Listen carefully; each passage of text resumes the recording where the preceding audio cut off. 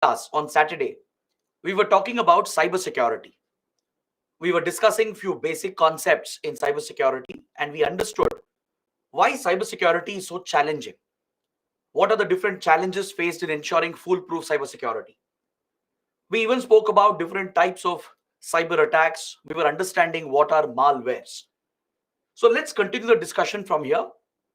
We have to talk about the different types of malicious softwares or malwares which are used by cyber attackers to hack into your system and to gain control over your system. If you remember, we had mentioned few malwares such as computer worms, computer viruses, and even Trojans, ransomwares. So we need to study and understand what these malwares are. How do they function? Right? Because there can be a prelims question here. Even a 10-mark mains question can be asked where you have to explain how these malwares function and what threat do they pose. So let's look at viruses, worms, and Trojans, and then I'll explain what are ransomwares. See, a computer virus,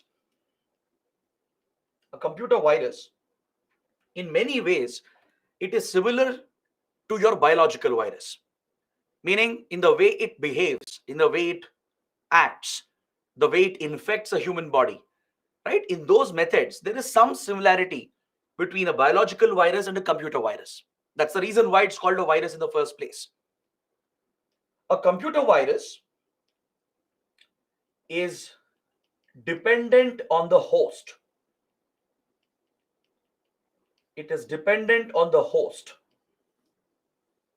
It is dependent on the user, just like your biological virus, right? Your biological virus cannot survive without a host. It needs a host to survive. It needs a host to propagate. It needs the user, as in case of biological virus, it needs the infected person, right, to commit certain actions to transmit it to others. Or else virus on its own will not spread, or it will not easily infect others. So in that regard, a biological virus which is dependent on the host and requires the host's intervention, right? Those features are similar here with your computer virus. Your computer virus is not very independent. It is always attached to a host file. It's not a standalone program. It's not an independent software. It is usually attached to another host file, maybe a .exe file, or executable file, or to a Word document, right, or any downloadable documents. It comes attached with another host file. This is one important feature you notice about a computer virus. It is attached to a host file. To infect your computer, to transmit, to move around, right? A virus has to be attached to a host file, similar to how biological viruses depend on the host. All right, that is the crude similarities that exist between these two viruses. And these computer viruses, they don't activate, they don't act on their own. It requires the user interaction. It requires user action for it to get activated.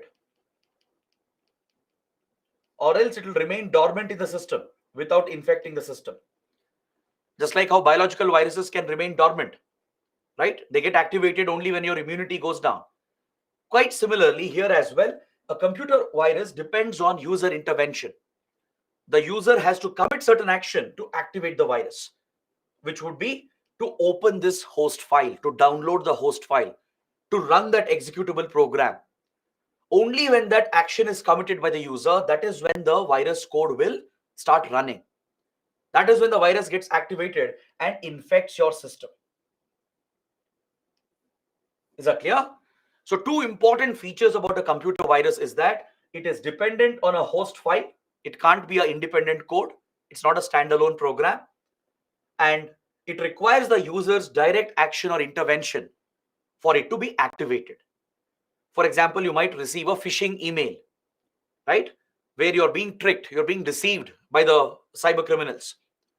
If you fall prey to their propaganda, their social engineering methods, and you download that file, let's say the mail has a attachment. The phishing email is asking you to download this attachment. You get deceived by the mail and you download the attachment, and the attachment, the host file, downloads onto your system along with the virus which is attached to it. But even after downloading the file, your system will still not be infected, right? The host file is sitting in your system with the virus attached to it, but still your system is not infected. But the moment you open that file, the moment you run that program, right, that is when the virus gets activated. So direct user action is needed. And even for transmission, user action is needed. Going to transmit on its own entirely. It can replicate, it can make copies of itself once it is activated, but however, it can't propagate, it can't transmit or spread on its own. Is that clear? Once the virus is activated, it can replicate and make multiple copies, but it will not infect other systems or the whole network. It will not propagate through the network unless and until there is again user action. Understood? Just like a biological virus doesn't spread just like that, right? You need to perform certain actions. Like HIV, for example, right? It spreads through certain actions. COVID-19 or other respiratory diseases, they spread through certain actions. Similarly, a computer virus requires a user action even to transmit to other systems, to infect the whole network. Now, let's say one system is already infected. Let's say the host file has been downloaded onto the system, right? And then the user has opened that file or run that executable program, which would have activated the virus and infected that system. So once it starts running, that's when it gives access to the hacker. The hacker will successfully gain control over the system, and he can steal data, he can monitor, observe the actions, right? Or even gain full control over the operation of the system. Now, this infected system will not infect other systems in the network. It will not spread through the network. It again requires a user action here. Let's say, for example, the user plugs a pen drive. All right, plugs a pen drive to the infected system. That is when the virus copies which have been made will copy onto the pen drive as well. You take that pen drive, you plug it into another clean system which is not infected. All right, then the virus copies onto the other system as well and infects the other system. So that is how it spreads. Like few biological viruses, they spread only with touch, with contact, right? Or through certain specific routes of transmission. Similarly, computer virus also requires user action, right? Only when there is such user action, the virus copies will get replicated and it will start affecting the other systems in the network. So as a result, the spread of a virus can be a little limited. The speed with which a computer virus can spread through multiple networks that affect multiple systems is a little limited, because every time there is a need for user activation and user action to transmit this. But doesn't mean viruses are not deadly. These are not limitations actually. That is how viruses are programmed. Viruses, if they are designed for a specific purpose, right, they can be extremely dangerous and they can perform any function, like giving complete access, remote access to the attacker, where the attacker can control all your operations, where the attacker can steal sensitive data which is stored on the system, or even observe all the actions, monitor the keystrokes, activate the microphone or cameras, listen, watch what you're doing, right? Any such attacks can be mounted once the virus is active and once it has given access to the attacker. So don't assume that virus is not too dangerous. It's not a limitation actually. It's not a disadvantage. This is how a virus functions. That is how computer viruses are programmed. They can be equally deadly depending on what purpose it is being deployed for. The other malware is a computer worm. A computer worm is like your biological worms, meaning they are more independent. It's the opposite, almost the opposite of a computer virus. A computer worm is an independent program. It's a standalone code, and it does not need any host to survive. Just like your biological worms are independent on their own, right? They survive on their own, they move on their own. In a similar way, I'm not saying they're exactly the same. In a similar way, computer worms, they can act independently. All right. It's not attached to any host file like a virus. It's not dependent on any host file. It can be a standalone code, an independent program, which can be inserted into your system. The hacker will have many methods through which the worm can be inserted into your system. By breaching your firewall and your cybersecurity defenses, the hacker can directly plant the worm into the system remotely. Or someone can physically access the system and transfer the worm, and it does not need any host, and no user action is necessary. No user action is needed.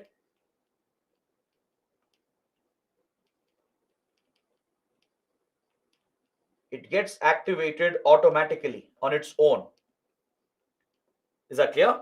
So it's more independent compared to a computer virus. It does not need any host file. The attacker can directly plant this on your device, and there is no need for any interaction or intervention from the victim. The user need not run or open any programs. The moment it is on your system, it will activate automatically, and it will start replicating. Copies will be made, and it will start propagating on its own.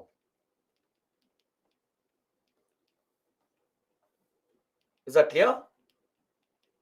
Without the need for any user action or intervention, computer worms will make copies of itself, and it will start spreading through the network, because any device will be connected to the network, either through a Wi-Fi network or through a Bluetooth network, right? Through a LAN cable, through a regular mobile data connection. Any such network will witness the automatic spread of a computer worm.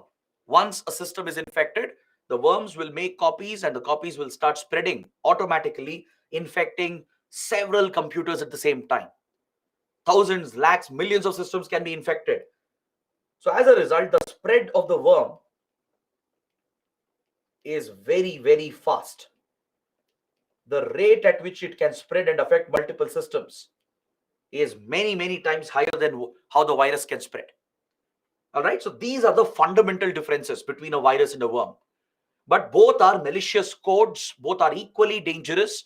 They can perform any task that the programmer has designed it for. The attacker who would have designed this malicious code, they can use these malwares to perform any tasks. As I told you, they can specifically steal certain data. Your username, login IDs, passwords, banking details, your personal details, which is stored on the system. Or they can just observe, monitor. Basically, they can spy. They can look at your activities, look at your browsing history, what you're ordering online, right? The keystrokes you're typing on the keyboard, the websites you're visiting, your location. So all these basic data points can be captured, and the data can get transferred remotely to the attacker. Or they can gain full control over your system and start manipulating the functions of the system as well. So both viruses and worms can perform such functions, but the way they operate, the way they spread is different. Is that clear? That is the basic difference. Viruses are more dependent. They need a host and user activation and user intervention for spread, whereas worms are independent. They don't need any host. No user activation is needed, and they will spread automatically. They'll propagate throughout the network on their own. Understood? So these are the basic differences between a virus and a worm. Now, coming to the next malware, a Trojan. What is a Trojan? The name Trojan is actually drawn from Greek mythology. If you understand this story from Greek mythology related to the Trojan horse, it becomes very easy to understand what is this malware or how does it function. In Greek mythology, there is this popular story about the city of Troy, how the Greeks had attacked the city of Troy, and the people of Troy had defended the city with a very strong fort. They had a well built fort around the city. So Greek soldiers could not penetrate the fort at any cost. So what they did was, the Greeks, according to this legend, according to this myth, the Greek soldiers, they appeared to retreat. After failing to occupy the city of Troy, after failing to breach the fort, they appeared to retreat. They got onto their ships, they went back, they sailed back. Now, looking at the Greek soldiers going away, the people of Troy, they felt that the Greeks had accepted defeat. So they started celebrating. They came out, they opened the doors of the fort, they celebrated, and they saw that there is this large wooden horse which the Greeks had left behind. While running away, while accepting defeat and running away, they had left behind a very big, large wooden horse, which is called the Trojan horse. So the people of Troy who were celebrating the victory, they dragged the wooden horse inside the fort. They took it as a war memorabilia, as a war memento. They took the wooden horse inside the city. They celebrated throughout the night and everyone retired to bed in the night. But later in the night, inside this large wooden horse, the Trojan horse, Greek commandos were hiding. Several Greek commandos were hidden inside this wooden horse. So they would come out of the wooden horse and attack the city and open the doors of the fort, by which time the Greek troops had come back. They'd come back in the night because they were waiting for the commandos hiding in the wooden horse to open the gates, and then they launched a major attack, devastating the city of Troy. This is the Greek myth. All right. Of course, it's not relevant for the exam. But if you understood what is this Trojan horse, you'll get to know what's the malware. Now, in case of Trojan horse, according to the Greek myth, what happened? People thought it's just a benign object, right? They saw that it was no threat for them. That's how it appeared. The Trojan horse, the large wooden horse, it appeared to be benign, just an inanimate object posing no threat to the people. That is how they got deceived. That is how they got tricked to think that this is something which is inanimate, it's genuine, it's not a threat to us. Now, the moment they took it inside, right, that is when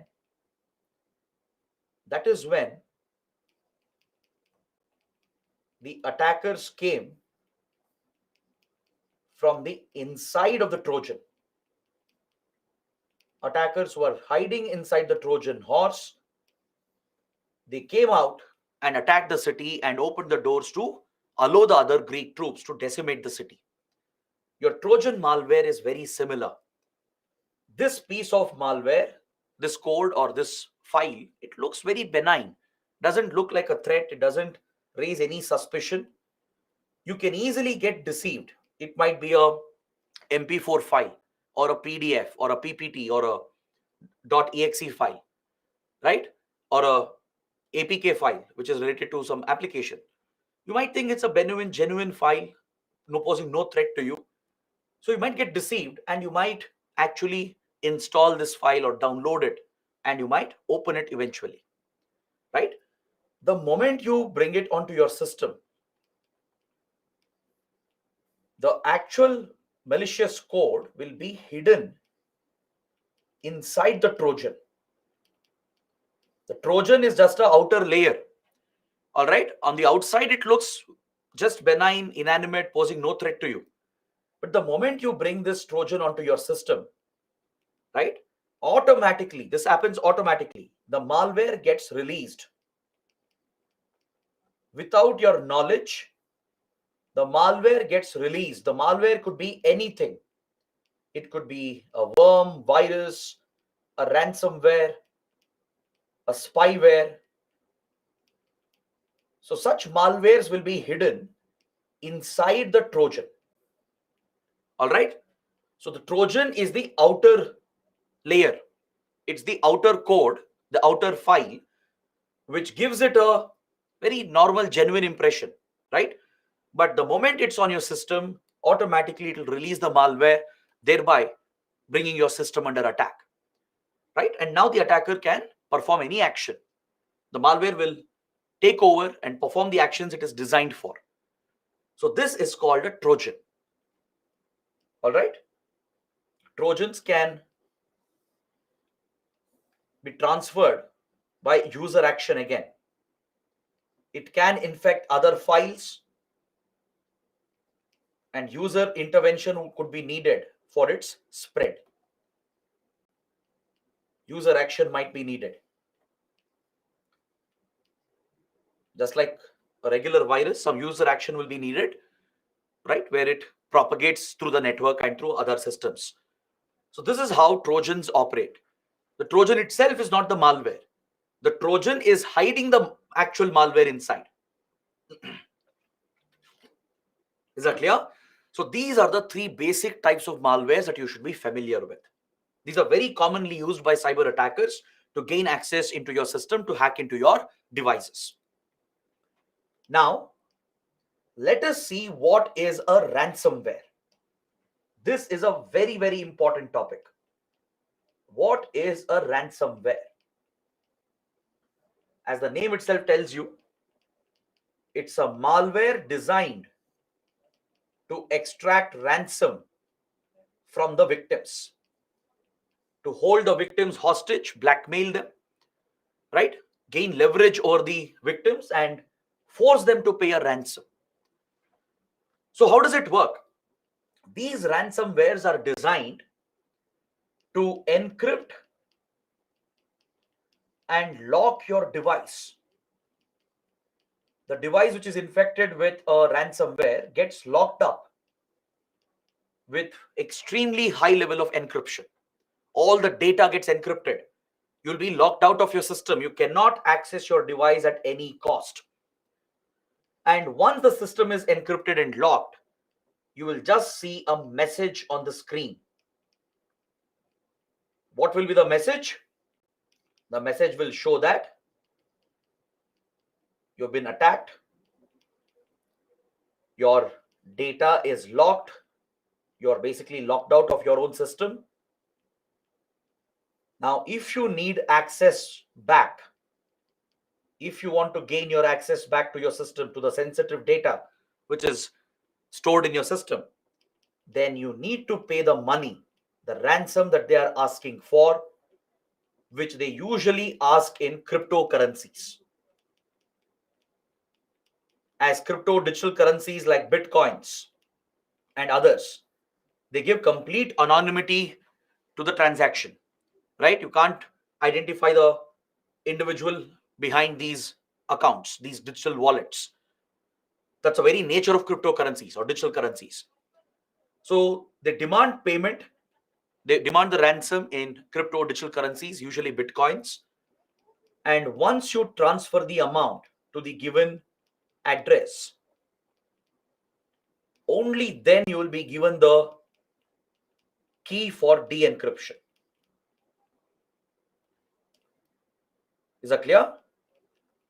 To de-encrypt your system and the data and gain access back, the key would be necessary, and the key will be provided only if you pay the ransom to the attacker. So this results in severe financial loss. And also there is no guarantee that the attacker will give you the key even after you make the payment.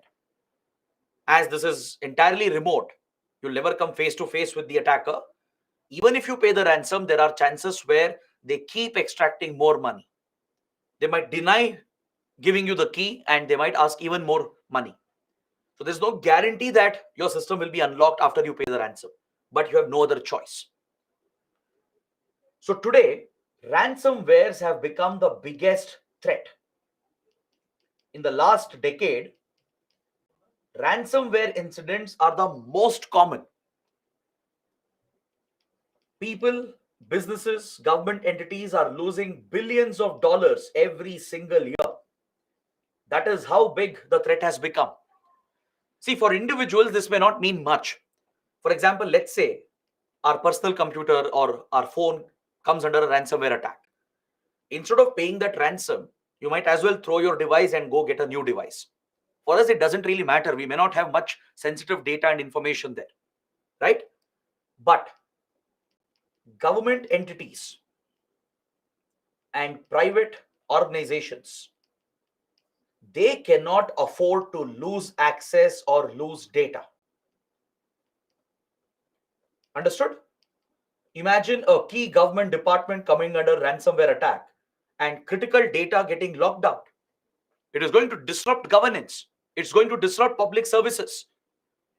So these government agencies will be forced to pay the ransom. There's no other way for them. If you try to break the encryption on your own, it could destroy all the data. That's how the malware will be programmed. Even if you make an attempt to break the code, it's going to erase all the data. Your system will be erased. You'll lose your data forever.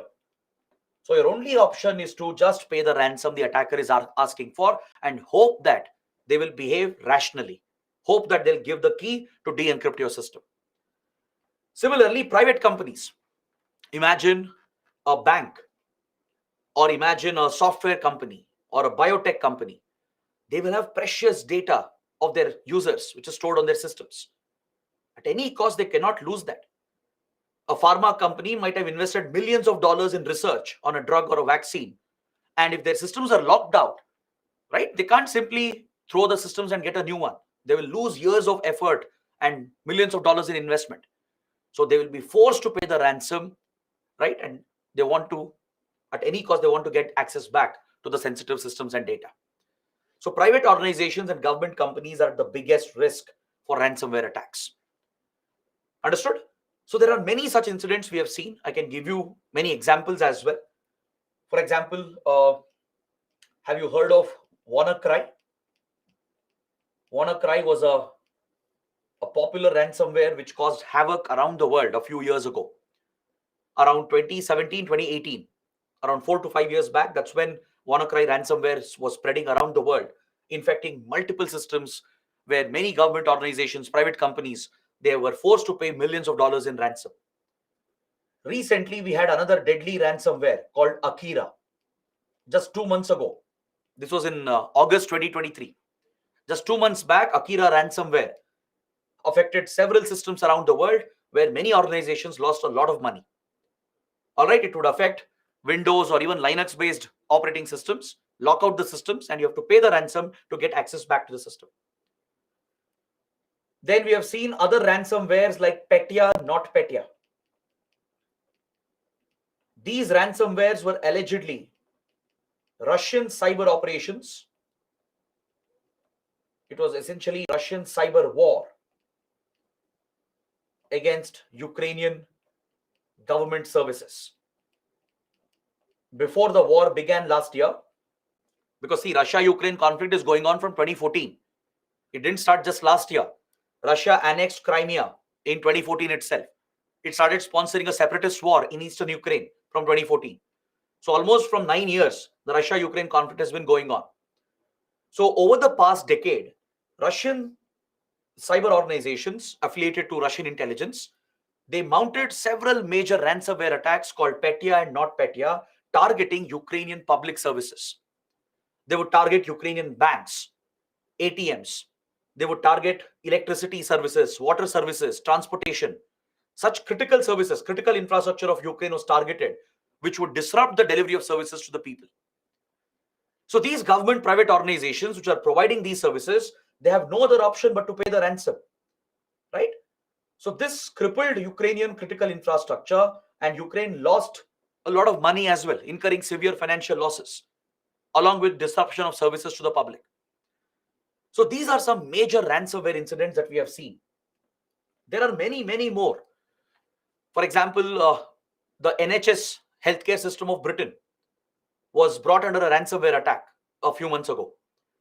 It's the backbone of Britain's healthcare system, right? So hospital data, patients' data, hospital networks were locked out, and it would disrupt and completely destroy the healthcare system itself, where patients' lives could be at risk. So the British government, the NHS authorities were forced to pay the ransom to get access back, right? So that's one more incident. The ransomware attack on NHS in the UK. Forget UK, our own AIIMS medical institution in Delhi came under a major ransomware attack a few months ago. You might have read about this in newspapers, right? The key systems of AIIMS were completely locked out and the systems went offline. So the hospital couldn't even process basic medical services. Key data was locked out. So patient services was completely affected. The whole operation of AIIMS in Delhi was completely disrupted, right? So these are some popular incidents. There are many American companies as well, which have lost millions of dollars to these attacks. There was a fast food chain in the US whose systems were locked out. It's a $1 billion company. So they had to pay a few $1 million in ransom to get access back. Then there was a oil pipeline company in the US, right? Its critical systems which control the pipeline operations were hacked and brought under a ransomware attack. So this oil company also paid the ransom to get control back. So many such incidents are happening, and trust me, this is the biggest threat right now because it's easy to make money, that too not small amounts of money. You can make guaranteed millions of dollars through these attacks. Since the target is primarily large private companies, government entities, they will have the money to pay as well. Sometimes individual may not have that kind of money, right? Your regular cyber crimes are nothing in front of ransomware attacks. The regular cyber frauds and the cyber crimes which happen, right, where people lose few thousand rupees, few lakh rupees, right? That is nothing for the criminals. That's a very small amount they would make. But ransomware can fetch them almost several $1,000s to $1 million because the entities they are targeting will have the money to pay and they have the leverage on them, right? So that is why ransomware incidents have become the biggest cyber threat in the last decade. So kindly pay attention to these topics. These are all very dynamic topics. You don't have to read books or go in depth. Just this basic understanding is enough, and read newspapers. In newspapers, you will get enough material, right? You'll get enough updates on all these incidents. Trust me, read newspapers for 1 year. You will come across many ransomware incidents, many cases of viruses, worms, and Trojans. Just make a small note of it. Just note down some recent incidents, like I'm giving some examples. That is more than sufficient. And understand the concept. How does it work? All right. So these cyber weapons, they're nothing short of cyber weapons, right? These malwares are essentially cyber weapons. They can be used for different purposes. They can be used for cyber espionage, basically to spy, to collect classified information. All right. So who can carry out cyber espionage? Can you tell me in the comments? Which entities, what kind of entities or organizations might engage in cyber espionage? Governments, very good. Okay. Governments, enemy countries, terrorists as well.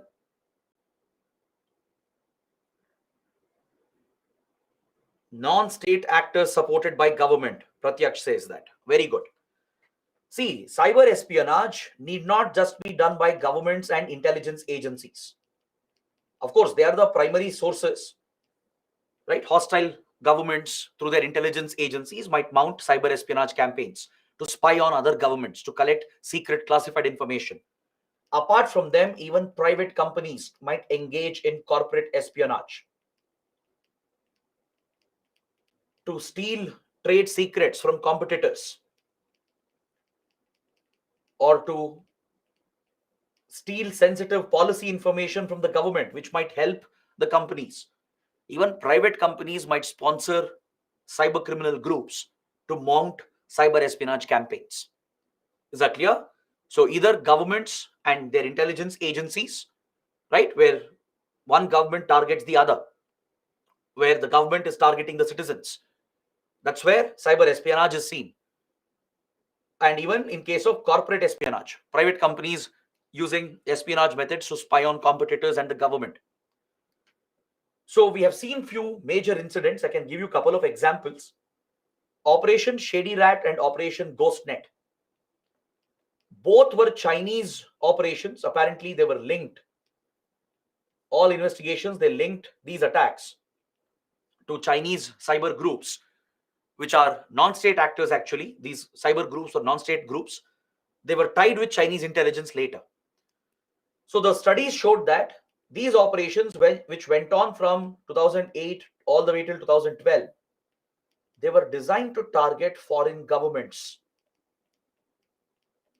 India was one of the biggest victims, along with Western countries, US and European countries, along with India.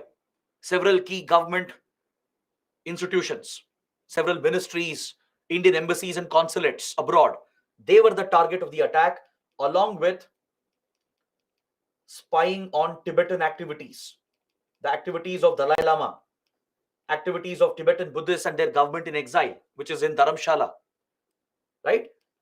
And how India and US work with Tibetan activists. What contacts do they have? Such specific information was targeted under these operations. Along with that, we saw that the Olympics committee was also targeted at the same time when China was hosting the 2008 Olympics, right? The International Olympics Committee was also a victim of this attack.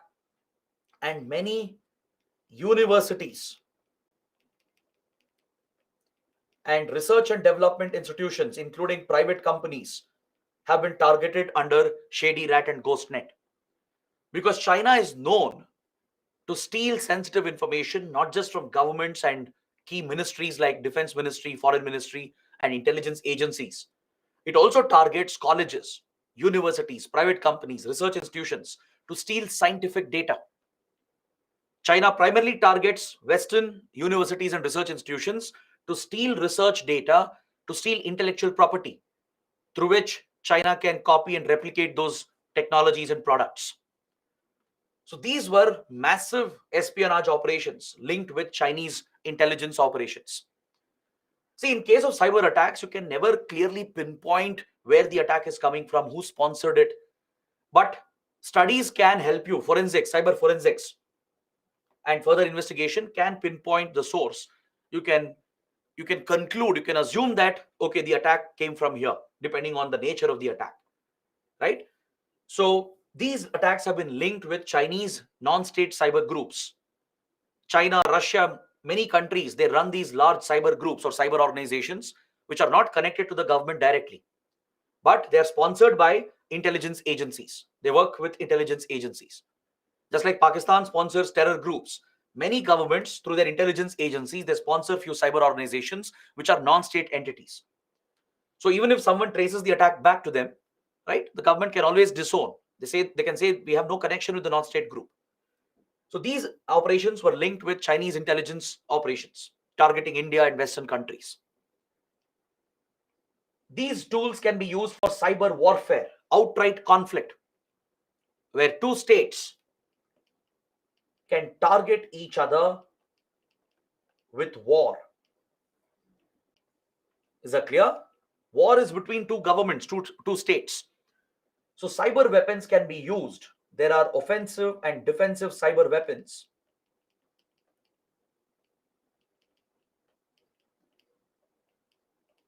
All right. Through offensive cyber weapons, you can bring down the enemy's critical infrastructure without even firing a single bullet, without even going to an actual war, a physical war. You can cripple a country, bring down a country to its knees through offensive cyber operations. You can target power grids. You can destroy power plants. You can cause accidents and disasters to happen in hazardous industries, right? For example, nuclear plants can be damaged through a cyber attack. You can cause air crash to happen, train accidents to happen. You can bring down the banking financial system completely, collapsing the economy of the country, right? You can cause a dam to break or burst open. You can attack the mobile internet infrastructure, which can lead to a mobile internet blackout. You can target key government facilities. Your military networks can be crippled. Your weapons can be deactivated.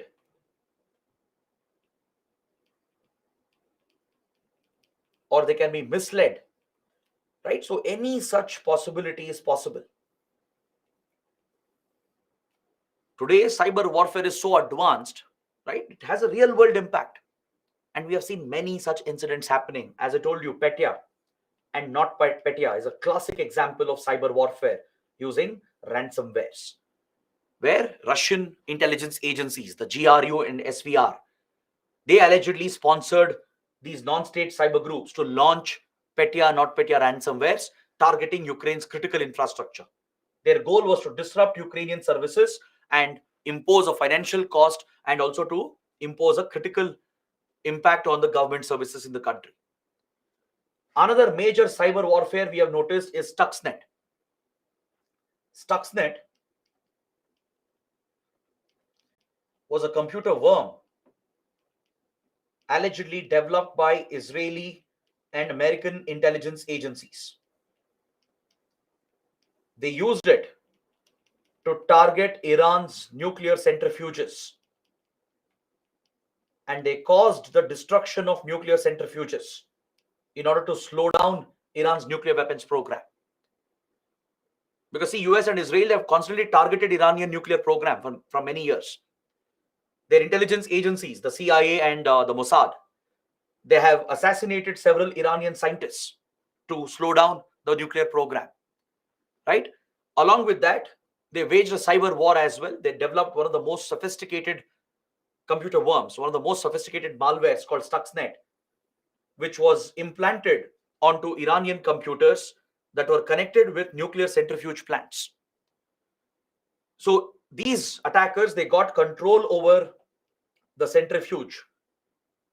They got complete control over the systems that control the centrifuge, and they caused it to spin out of control. By manipulating the operation of the centrifuge, they led to the physical destruction of the centrifuges. That is the power of cyber weapons. You can cause physical damage. That's why I told you air crash can be caused. Train accidents can be caused. Your banking financial system can be completely brought down. Your power grids can be brought down.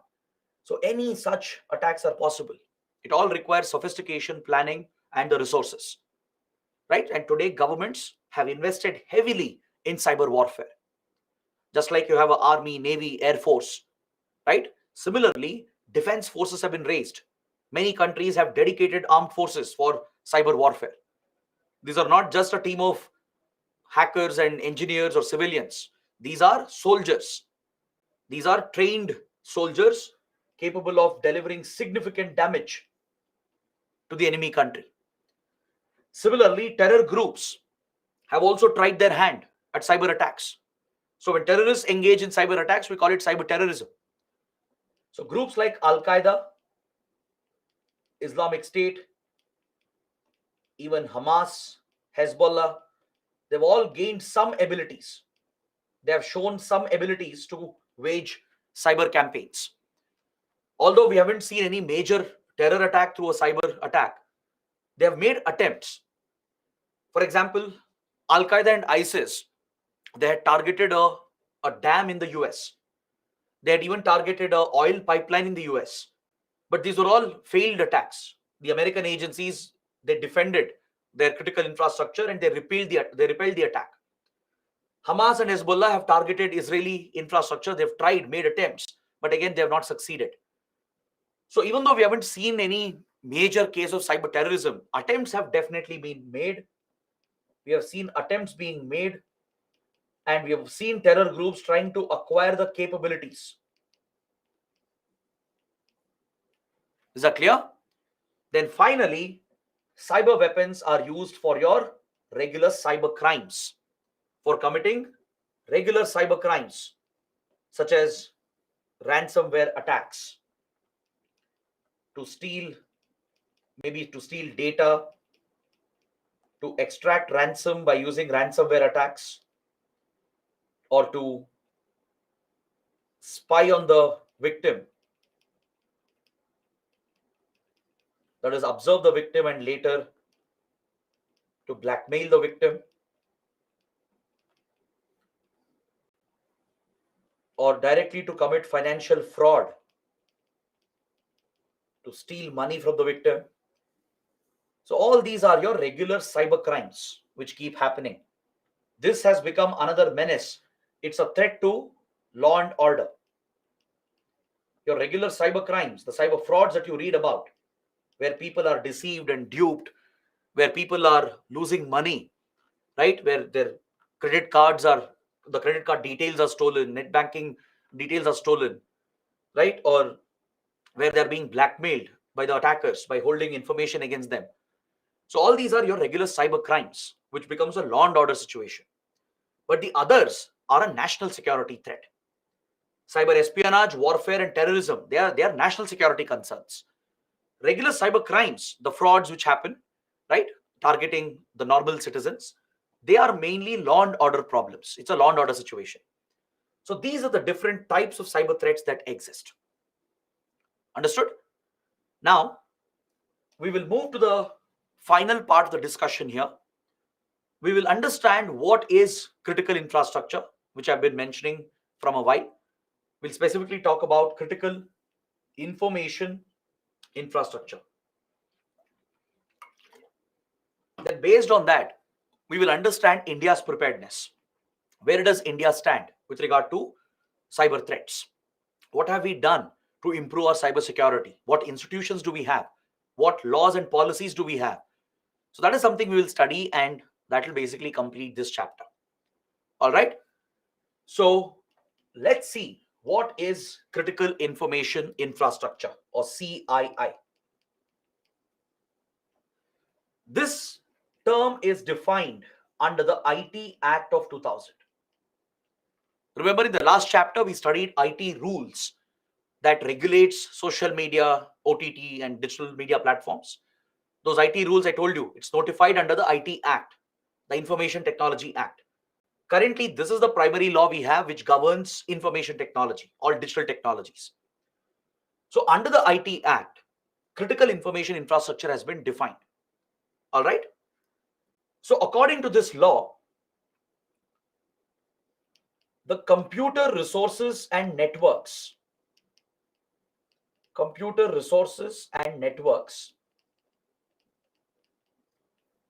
which are connected to the country's critical infrastructure,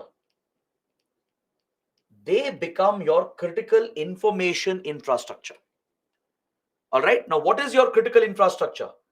Any infrastructure which is the backbone of the country's economy and national security. For example, the infrastructure of the military infrastructure, key military bases, military facilities, military communication, right? Important government offices, Prime Minister's office, the Defense Ministry, right? Foreign Ministry, Finance Ministry, offices of government entities like ISRO, DRDO, right? They all constitute the critical infrastructure of the country. Then your banking infrastructure, your whole financial system, including the stock markets, right? Your mobile internet infrastructure, power grids, power plants, thermal power plant, nuclear power plants especially, right? And even solar and other power plants, which is critical for energy security. Your seaports, airports, your railway infrastructure, dams, important mines, etc. Basically, you get the idea. The list can go on, but you get the idea. Such key sectors, which are seen as the backbone of the country's economy, national security, and public health and safety, right? That becomes your critical infrastructure in the physical world. Even your healthcare infrastructure, your hospital networks, right? This physical infrastructure, which you see physically, like the power grids that you see, the power stations, power plants, the seaports and airports that you see physically, which is there, that is your physical infrastructure, right? The military bases, the railway network, dams, your mobile towers, the back end of the mobile internet ecosystem, the physical infrastructure and facilities that you see everywhere, that is your country's critical infrastructure. It's critical because any attack against them, it can have a domino effect, and it can have a devastating impact. Is that clear? If your critical infrastructure is attacked, even through a physical attack, let's say terrorists will attack airports, or let's say military facilities are targeted by terrorists or by a hostile government, right? Any such strikes on our critical infrastructure physically will have a devastating impact on the country. It will affect the country's economy and national security and public health. And it usually has a domino effect, a chain reaction.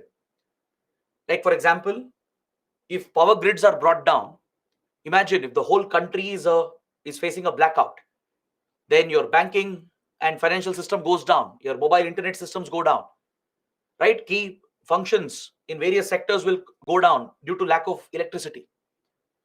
It will have a cascading effect. It will have a chain reaction or a domino effect. So that kind of attack on your key facilities, right? That is an attack on critical infrastructure. And the computers and networks behind it, which is controlling them, basically your IT infrastructure, which is part of it, that becomes your critical information infrastructure. Understood? All the computers, the networks, which are connected to these critical facilities, which are controlling them, running their operations, that IT infrastructure becomes your critical information infrastructure. So any cyber attack, any virtual cyber attack on this critical information infrastructure, on the IT networks and systems and resources which are connected with your critical facilities, this will have a massive impact on your economy and your national security. It could cascade into a much bigger disaster affecting multiple other sectors, causing severe damage, losses, and destruction. That is how countries can be brought down to their knees, even without firing a single bullet. Right? With the right planning and right resources, cyber wars can be so crippling. It can bring down countries and governments. In the ongoing Russia-Ukraine war, you actually witness high-intensity cyber wars which are going on. Right? From Russia, even from Ukraine and Western countries. There is a covert cyber war which has been going on from several months, where both sides have been targeting each other, trying to cripple each other's key infrastructure. Understood? So now, how do we defend this? If this is the level of threat, if tomorrow India could be brought to its knees by an enemy state without even going to war, without even fighting a physical war, then the risk and the threat is very severe, right? So what are we doing to protect our cyberspace? What measures have we taken to protect our IT infrastructure, to improve our cybersecurity, and especially to safeguard our critical infrastructure? So let's take a quick look at all these measures being taken by the Government of India. First, we'll look at the legal framework we have. I want you guys to take a look at the law, the legal framework which has been created, which deals with cyber threats. So it is covered under the IT Act, Information Technology Act, enacted by the Parliament in 2000. It's the primary law dealing with cyber crimes. And it also provides recognition and regulation for electronic commerce in the country. Basically, all your electronic transactions, any electronic transaction, be it sending an email, using social media applications, carrying out online banking transfers,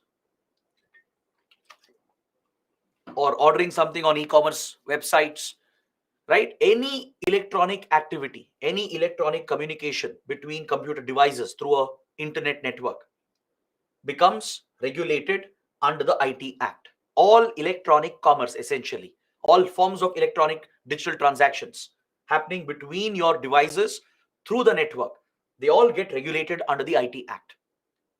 Is that clear? So it covers cyber crimes and all forms of electronic commerce. This law is based on the UN Citral model, the UN model law on electronic commerce of 1996. Because by 1990s, around the world, adoption of computers had increased. Internet was being adopted. It was becoming popular. It was not just being used by governments, universities, etc., and by the military, but there was commercial adoption where private companies and individuals and private businesses had started using the internet and computer resources. So the UN brought out a model law for electronic commerce based on which India has brought out the IT Act. It is slightly inspired by it. We have taken some principles from here, and this forms your IT Act of 2000. So under the law, some key provisions include foreign nationals can also be booked. You can file a case against even foreign nationals and even unknown entities. In case of cyber crimes, in case of cyber attacks, you can go register a case even against foreign nationals and entities and unknown entities. Now, why is this important? Remember, in the last class, I told you one important feature about cyberspace. In the cyberspace, there are no geographical boundaries. It is difficult to establish jurisdiction.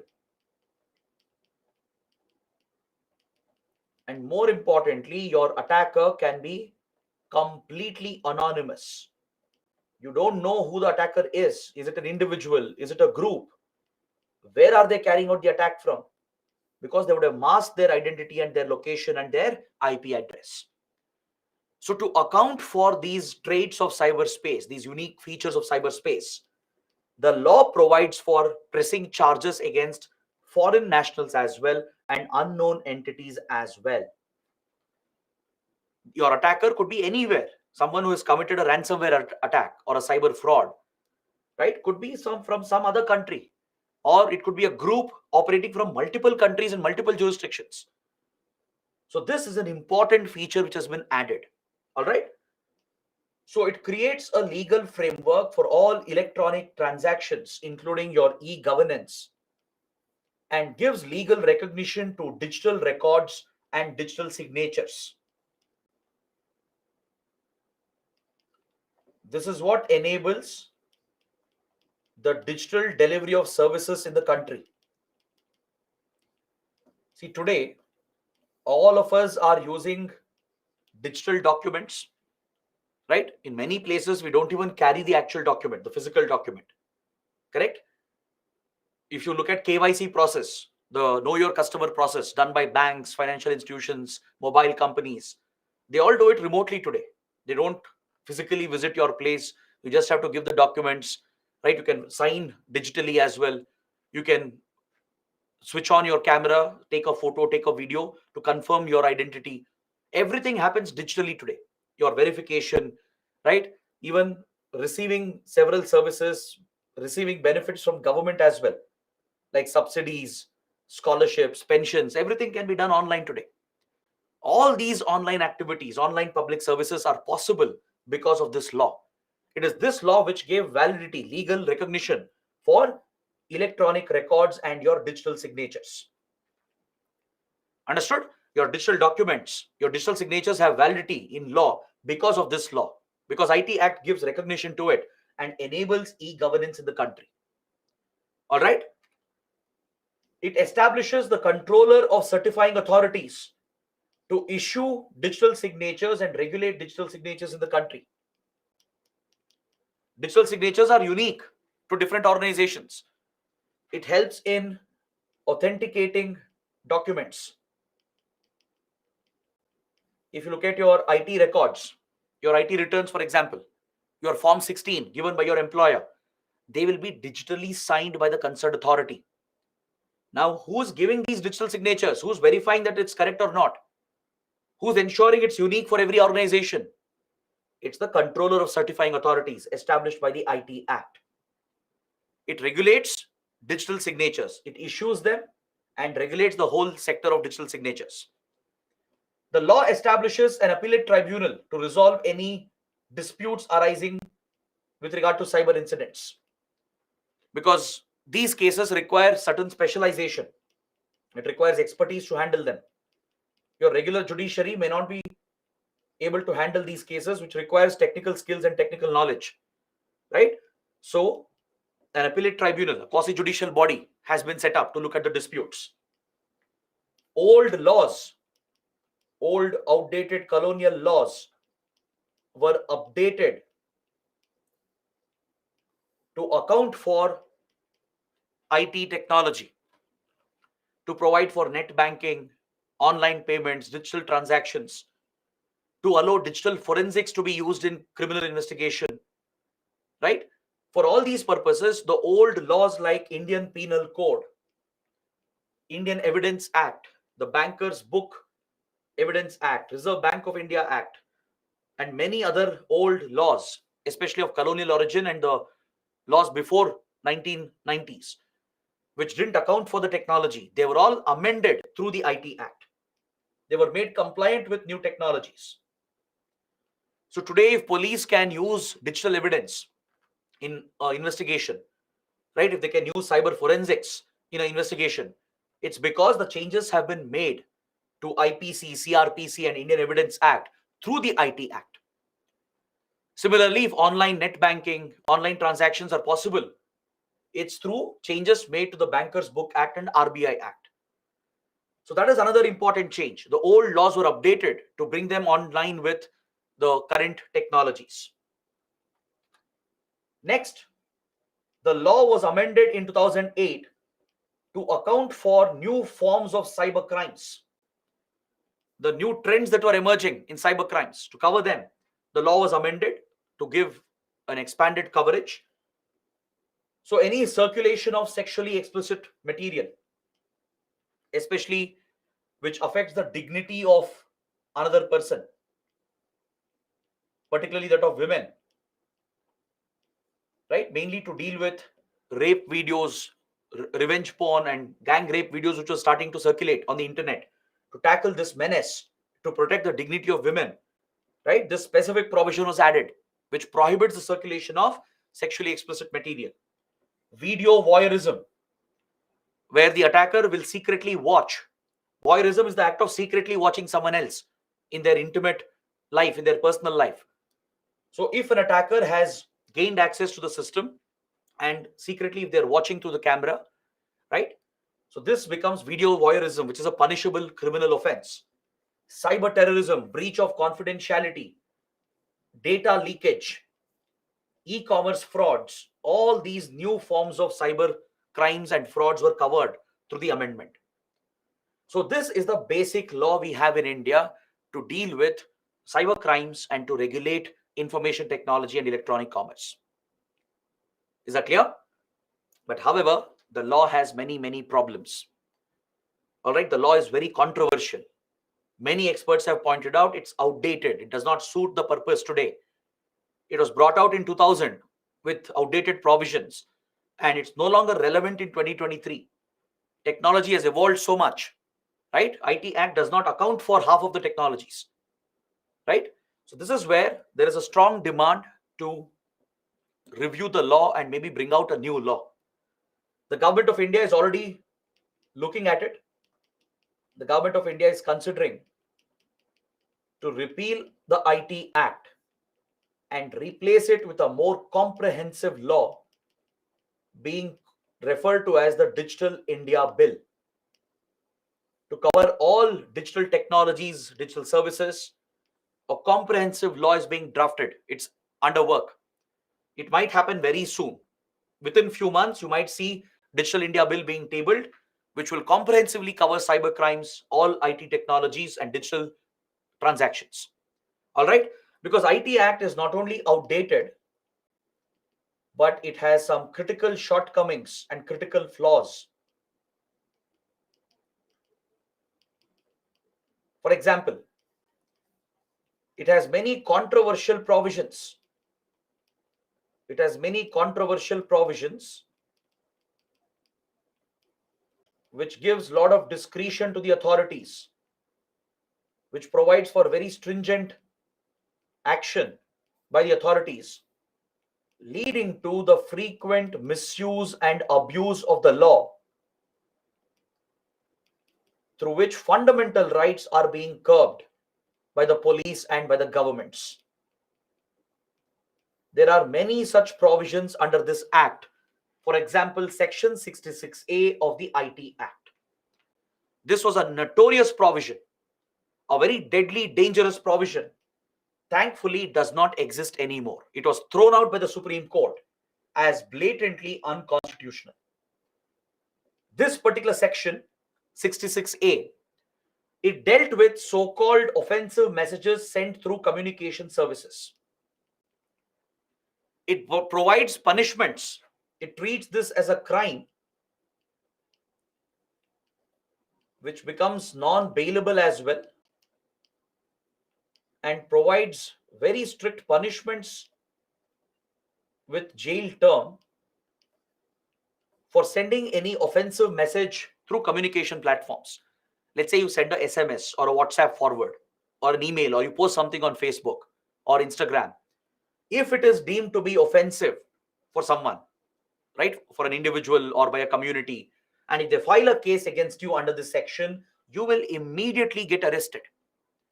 And bail becomes impossible under this provision. And since conviction can be easily achieved, as you would have sent something, right, the courts will simply go by the rule book. The punishment can also be severe, lasting several years in jail. Now, this was problematic because it does not define what is offensive. The very term offensive is subjective. Now, what is offensive to you may not be offensive to me, right? So, who will interpret this? Who will decide what is offensive? In applying the law, the police, the government were deciding, obviously. So, let's say some school student would post a cartoon which is mimicking politicians or government leaders. It's making fun of them. He would have just shared, right, because he found it funny. And some guy who takes offense to it, who's very loyal to these leaders or these parties, might go file a case, and that school student could get arrested.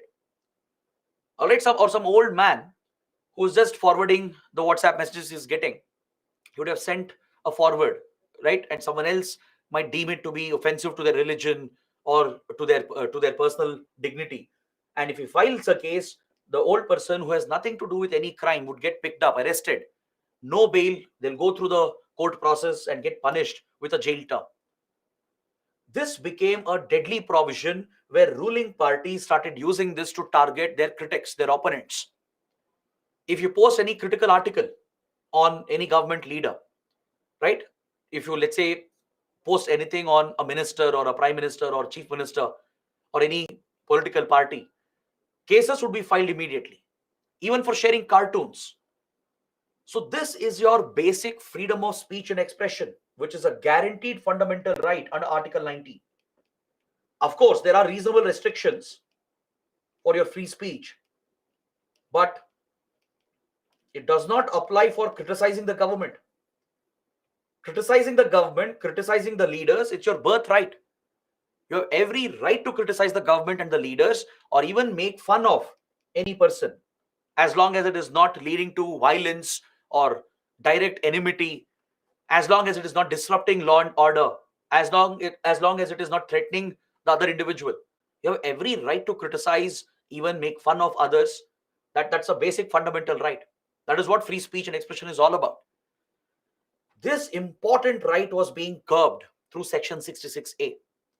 It was primarily political parties misusing the police to target their critics and opponents. And many trivial cases were coming up where innocent people who had nothing to do with any such crime, they would get arrested and punished as well under this brutal provision. So in a landmark case, the Supreme Court struck down this provision as unconstitutional. It has thrown out this provision, saying that this provision has no place in a democracy. It's a direct violation of Article 19. It's ultra vires the Constitution.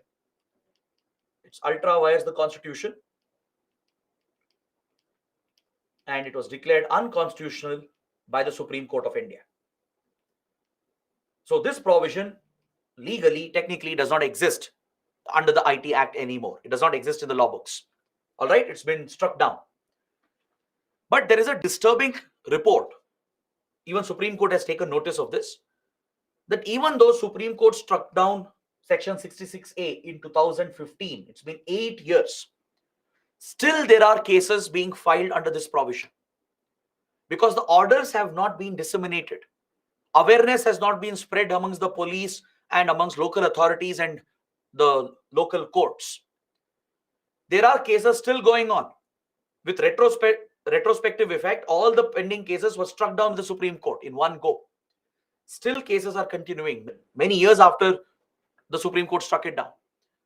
This is a disturbing development. And there are other provisions.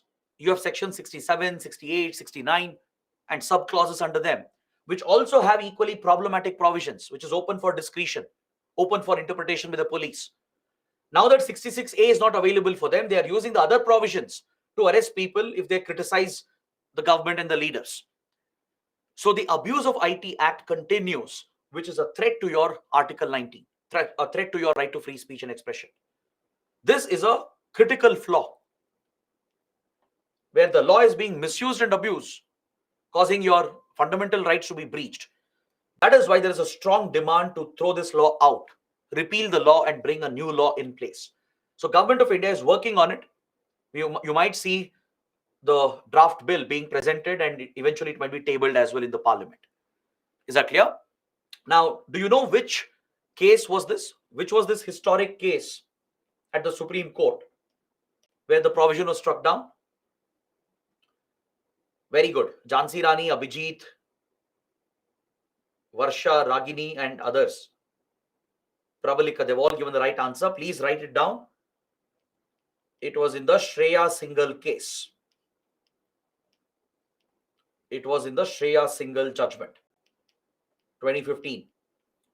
It was a landmark case where Supreme Court struck down the provision and criticized the government for misusing these provisions. Now, let us look at the institutions we have for cybersecurity in the country. What specific institutions have been created? What is their role? This is actually very factual. So I'll go through it quickly. I'll help you understand what the institutions are, what is their role, what is their structure. First, we have CERT-In, Computer Emergency Response Team India, which is the nodal civilian agency. It's the nodal civilian agency to protect and defend the Indian cyberspace. Is that clear? CERT-In, Computer Emergency Response Team India. It is established under the Ministry of Electronics and IT. It's under the MeitY Ministry. It's under the Ministry of Electronics and IT. It was set up in 2004. So its primary role is to deal with all cybersecurity threats. Understood? So its primary function involves acting as an early warning agency. It regularly scans the cyberspace, the global cyberspace. It looks at emerging threats through its National Watch and Alert System, which is a 24/7 early warning system. Because here you can't take a break, right? Cyber domain doesn't take a break. It's 365 days a year, 24/7. So this institution is a nodal civilian agency for cybersecurity, and it primarily acts as an early warning agency. That's one of the primary roles, and it performs few other functions as well. It has legal validity under the IT Act. It's designated as the national agency to perform these following functions. All right, so IT Act has given legal recognition to CERT-In and defines what functions does it perform. So it analyzes the cyber incidents which are occurring in India and around the world. It scans the global cyberspace, looks out for emerging malwares, studies them, understands the threat, provides forecasting, analysis, and disseminates the alert to all the stakeholders. It has to communicate the threat to the government, the private sector, and to the common public by engaging the media, by working with media outlets and social media and internet platforms. CERT-In has to communicate the threat to everyone, because cybersecurity is something which is a collective effort. Just government alone can't ensure cybersecurity. All of us, each and every one of us, play a role in cybersecurity. Individually, we have to ensure our phones, our devices are safe. We have to ensure that all the cybersecurity tools are installed, right? You have to constantly update them, update your operating system, update all the applications, because with every update, new security patches will keep coming that will help deal with all emerging threats. Is that clear? So you need to take basic measures. You should have basic awareness. You should know that you shouldn't fall victim to a phishing attack. If someone gives you a call, asks you for an OTP, you should have common sense not to share the OTP, right? You should have basic common sense to identify a phishing email or phishing message, which is a scam, right? Many people fall prey to it. This is where people need more awareness. So the people also play a role. The public plays a big role along with the government and the private sector in enhancing cybersecurity of the nation. So CERT-In, as the nodal agency, scans the global cyberspace, looks out for the threats, studies the malwares, looks at the impact, and warns all the agencies. All the stakeholders are warned. It also initiates emergency measures to counter the threat. It defends the cyberspace against these threats. Is that clear? Meaning counter attacks are launched if required. These threats are countered by CERT-In. So to repel the attackers, to push back the attacks which are coming against Indian networks, Indian systems, counter operations are also carried out by CERT-In. Is that clear? Apart from that, it coordinates with all stakeholders, issues some guidelines, advisories, etc. It even cooperates internationally with other CERT organizations of other countries. It will share information with others, coordinate with them, because cyber threats are global threats, right? A ransomware in US will affect India within seconds, right? So there is no jurisdiction here. You have to cooperate with other countries as well. So CERT-In works with these certs of other governments as well to provide for cyber safety in India. It even runs a program called NISAP, the National Information Security Assurance Program, to promote awareness and encourage government private entities to adopt the best safety security standards, which is ISO certified. It will encourage government offices, government departments, private companies to follow the best safety standards under this program. It will prescribe the best safety standards, and those who implement them are given ISO certification, which could help them get some incentives from the government for improving cybersecurity.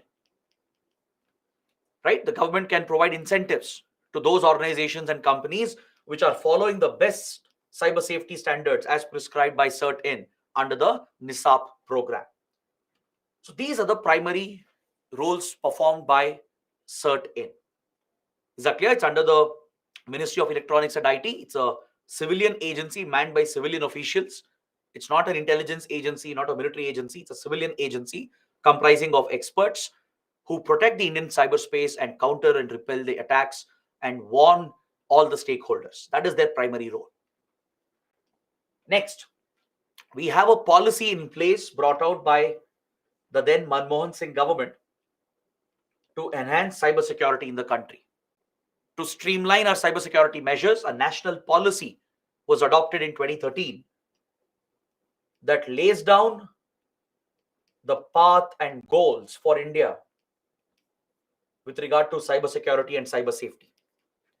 All right. So under this policy, 2 new institutions were created to enhance cybersecurity in the country. 2 new institutions were set up. 2 new bodies were set up. We are going to look at both of them. NCIIPC and NCCC. These were the 2 new bodies created by the National Cybersecurity Policy of 2013. All right. 2 new cyber bodies were created to enhance cybersecurity. So let's see what they are and what do they do. Let's look at that and we'll come back to the policy later. The NCIIPC stands for National Critical Information Infrastructure Protection Center. A dedicated cyber agency has been set up to provide exclusive protection to the critical information infrastructure of the country. Is that clear? All the IT resources and networks of our critical infrastructure, they are guarded, protected by NCIIPC. It has been set up under NTRO. As you know, NTRO is the Elite Technical Intelligence Agency of India, which performs electronic and technical surveillance. So under NTRO, under this Technical Intelligence Agency, NCIIPC has been established, and it is specific for the critical information infrastructure of the country. Understood? It will work closely with other stakeholders like CERT-In and NCCC and the Defense Cyber Agency, which has also been established. It will work closely with all these other entities. These are the 4 major entities we have, the 4 major institutions. CERT-In we already studied. Apart from that, you have NCIIPC, NCCC, Defense Cyber Agency. 4 major agencies are established. So NCIIPC is mainly responsible for critical information infrastructure to defend the infrastructure against any inbound attacks. All right. So this again is a civilian cyber agency. It is a civilian cyber agency manned by civilian officials under NTRO. Got it? Next, there are sectoral certs as well for critical sectors like defense and finance. Specific certs have been set up to protect the defense infrastructure and the infrastructure of the banking financial system. All right, apart from the main cert, there are few sectoral certs for defense and finance. Then if you look at the armed forces, Army, Navy and Air Force, they have their own cybersecurity units to look after their own cybersecurity. Apart from those smaller units, we have these 4 main entities: CERT-In, NCIIPC, NCCC and Defense Cyber Agency. Now, what is NCCC? National Cyber Coordination Center. It is basically a coordination platform established by the Cybersecurity Policy of 2013. It has been established under CERT-In. Under CERT-In, there is this platform called NCCC, which helps achieve coordination with all the entities needed. Now imagine India is under attack. Let's say a major cyber threat has emerged. Maybe a very deadly malware is spreading, which is threatening our banking system. Or let's say there is a cyber war campaign launched by an enemy country and our cyberspace is under attack. It's a conflict, it's a war which has started. In such instances, CERT-in, which is the nodal civilian agency, will have to coordinate immediately with all the other entities. This could be important ministries like Defense Ministry, Foreign Ministry, Home Ministry, Prime Minister's Office, right? It'll have to coordinate with other cyber agencies like NCIIPC, or with intelligence agencies like NTRO, RAW, and IB. It may have to coordinate with the armed forces, specifically with Defense Cyber Agency, which is a dedicated military agency. So to achieve that coordination with different entities during an attack, even with media, private sector, and the public if needed, to achieve this coordination to share information, right, NCCC has been established. Its purpose is to act as a coordinating platform where the required threat and data is shared with each other. It has been given legal validity under Section 69B of the IT Act. So it acts as a threat monitoring platform, looks out for these deadly threats against India, right? It's under CERT-in itself. If there is a threat which needs coordination with other entities, if CERT-in alone is not able to handle it, because CERT-in is bound to defend the attacks as well, defend against the attacks. So when CERT-in needs the assistance and coordination with other agencies like NCIIPC, NTRO, our intelligence agencies and armed forces, our other government ministries, right? That coordination will be achieved through NCCC platform. It's not a separate organization. It's a platform, a coordination platform that brings CERT-in together with all the concerned stakeholders. So these were the two new entities that were established through the National Cybersecurity Policy. Is that clear? These are the two new cybersecurity related bodies created in 2013 by the National Cybersecurity Policy. Apart from that, it provides a way forward for improving India's preparedness. It basically charts a path for India to ensure that we are prepared for all cyber threats. For example, it plans to create a workforce of 5 lakh cybersecurity professionals, because this is something we are lacking. The human resource is lacking in India. Even though we are a leading country with regard to number of engineers we produce, the number of software engineers we produce, and a leading IT hub, still we have a deficiency of cybersecurity professionals. That's because at the college level, at the university level, enough courses were not being provided a few years ago. Before 2010, you didn't have specialized courses in cybersecurity. There would be some certificate courses, etc., but you didn't have graduate options or degree options. So the cybersecurity policy today has encouraged our higher education institutions to provide specialization in cybersecurity. Today you can get a B degree, a BTech degree in cybersecurity itself. You can become a professional, then go on to specialize, do your master's or your doctorate as well, thus contributing to the cyber force of India, the human resource of India, which can man all these key institutions. So that is one goal established under the policy. It suggests that fiscal incentives should be given to companies that adopt the best safety and security measures to encourage them to follow the best standards. It also highlights the importance of protecting the privacy of citizens' data and reducing economic losses that occur because of cyber crimes and data theft. It basically gave a push for a data protection law.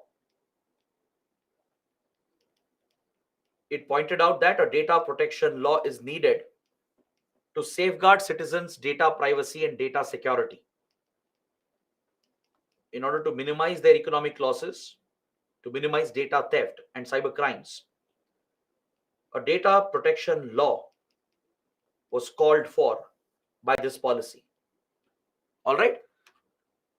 So similarly, there were some other provisions as well, like we should build indigenous technologies, because right now we are very dependent on imports. if you look at computer hardware, right, India is way behind the curve. Most of the key hardware in India, not just your computers, even your phones, right, even the infrastructure, the switching equipment, the mobile internet infrastructure, everything is largely imported, right? We are way behind in semiconductor manufacturing. So what if hostile countries are planting bugs, creating security backdoors in the hardware itself? Like Chinese companies like Huawei, for example,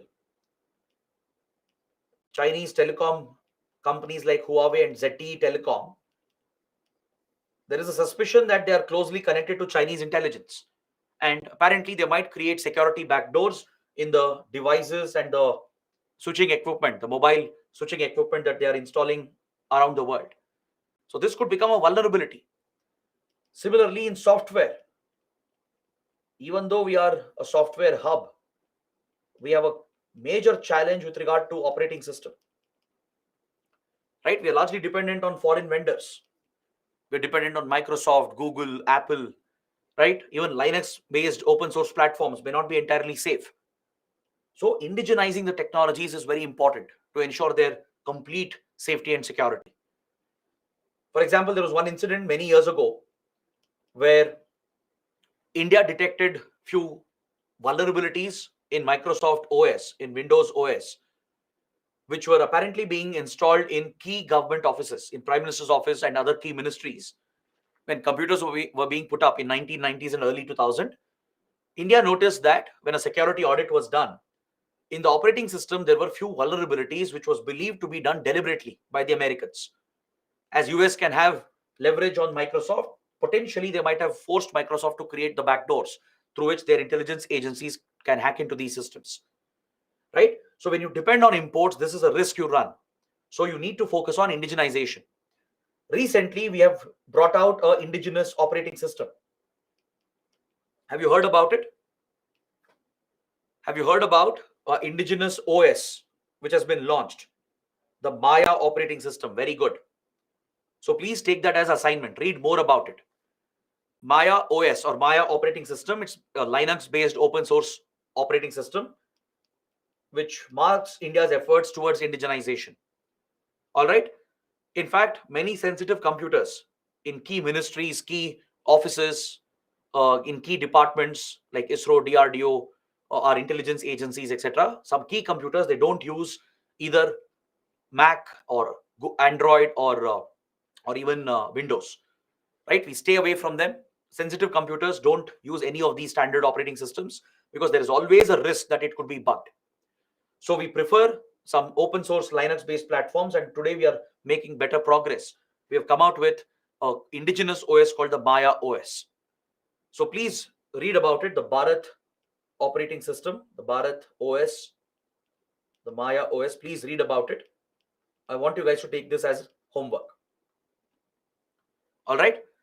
So other than that, the policy talked about setting up testing labs to check the safety of the equipment which we are installing in the country. It talked about enhancing our capabilities. So such suggestions were provided. It was basically a roadmap. You can call it a roadmap for improving cyber safety in India. All right, but the biggest change was the establishment of the two institutions, NCIIPC for defending our critical infrastructure and NCCC for coordination. These were the major changes that happened through the National Cybersecurity Policy. Now, before we talk about a global convention, I want to mention the Defense Cyber Agency. Do you know that we have a dedicated military agency today for cyber warfare? It was one of the major reforms that was introduced recently as part of the 2018-2019 defense reforms.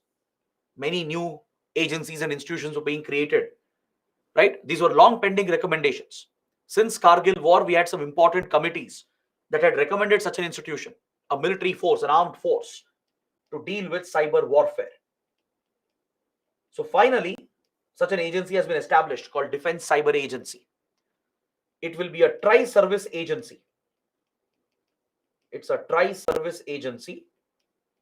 It draws personnel from all three services, from Army, Navy, and Air Force. All right. It functions under IDS, the Integrated Defense Staff, which is an integrated headquarters for all tri-service operations. When three services are operating together, right, these operations and tasks come under IDS, the Integrated Defense Staff. So Defense Cyber Agency has been recently established in 2018 under Integrated Defense Staff. Its primary role is to develop defensive weapons and also to develop offensive weapons to engage in cyber warfare, to defend India from hostile countries against cyber war, and also, if required, to launch offensive cyber wars against other target countries. So a dedicated military agency has been set up. It is different from your civilian agencies. Please understand that. This is a military agency. It's an armed force comprising of soldiers. All right. Don't confuse this with your civilian agencies, which we discussed already. Your civilian cyber agencies include CERT-In, your NCCC, which is under CERT-In itself, NTRO, which is a technical intelligence agency, and NCIIPC, which is under NTRO. All these are civilian agencies manned by civilian officials. Is that clear? Whereas Defense Cyber Agency is an armed force manned by soldiers from the Army, Navy, and Air Force. It's a tri-service agency which will specialize in cyber warfare. It has even conducted few mock exercises. Its primary task is to conduct such mock drills and also to develop the cyber warfare doctrine of India.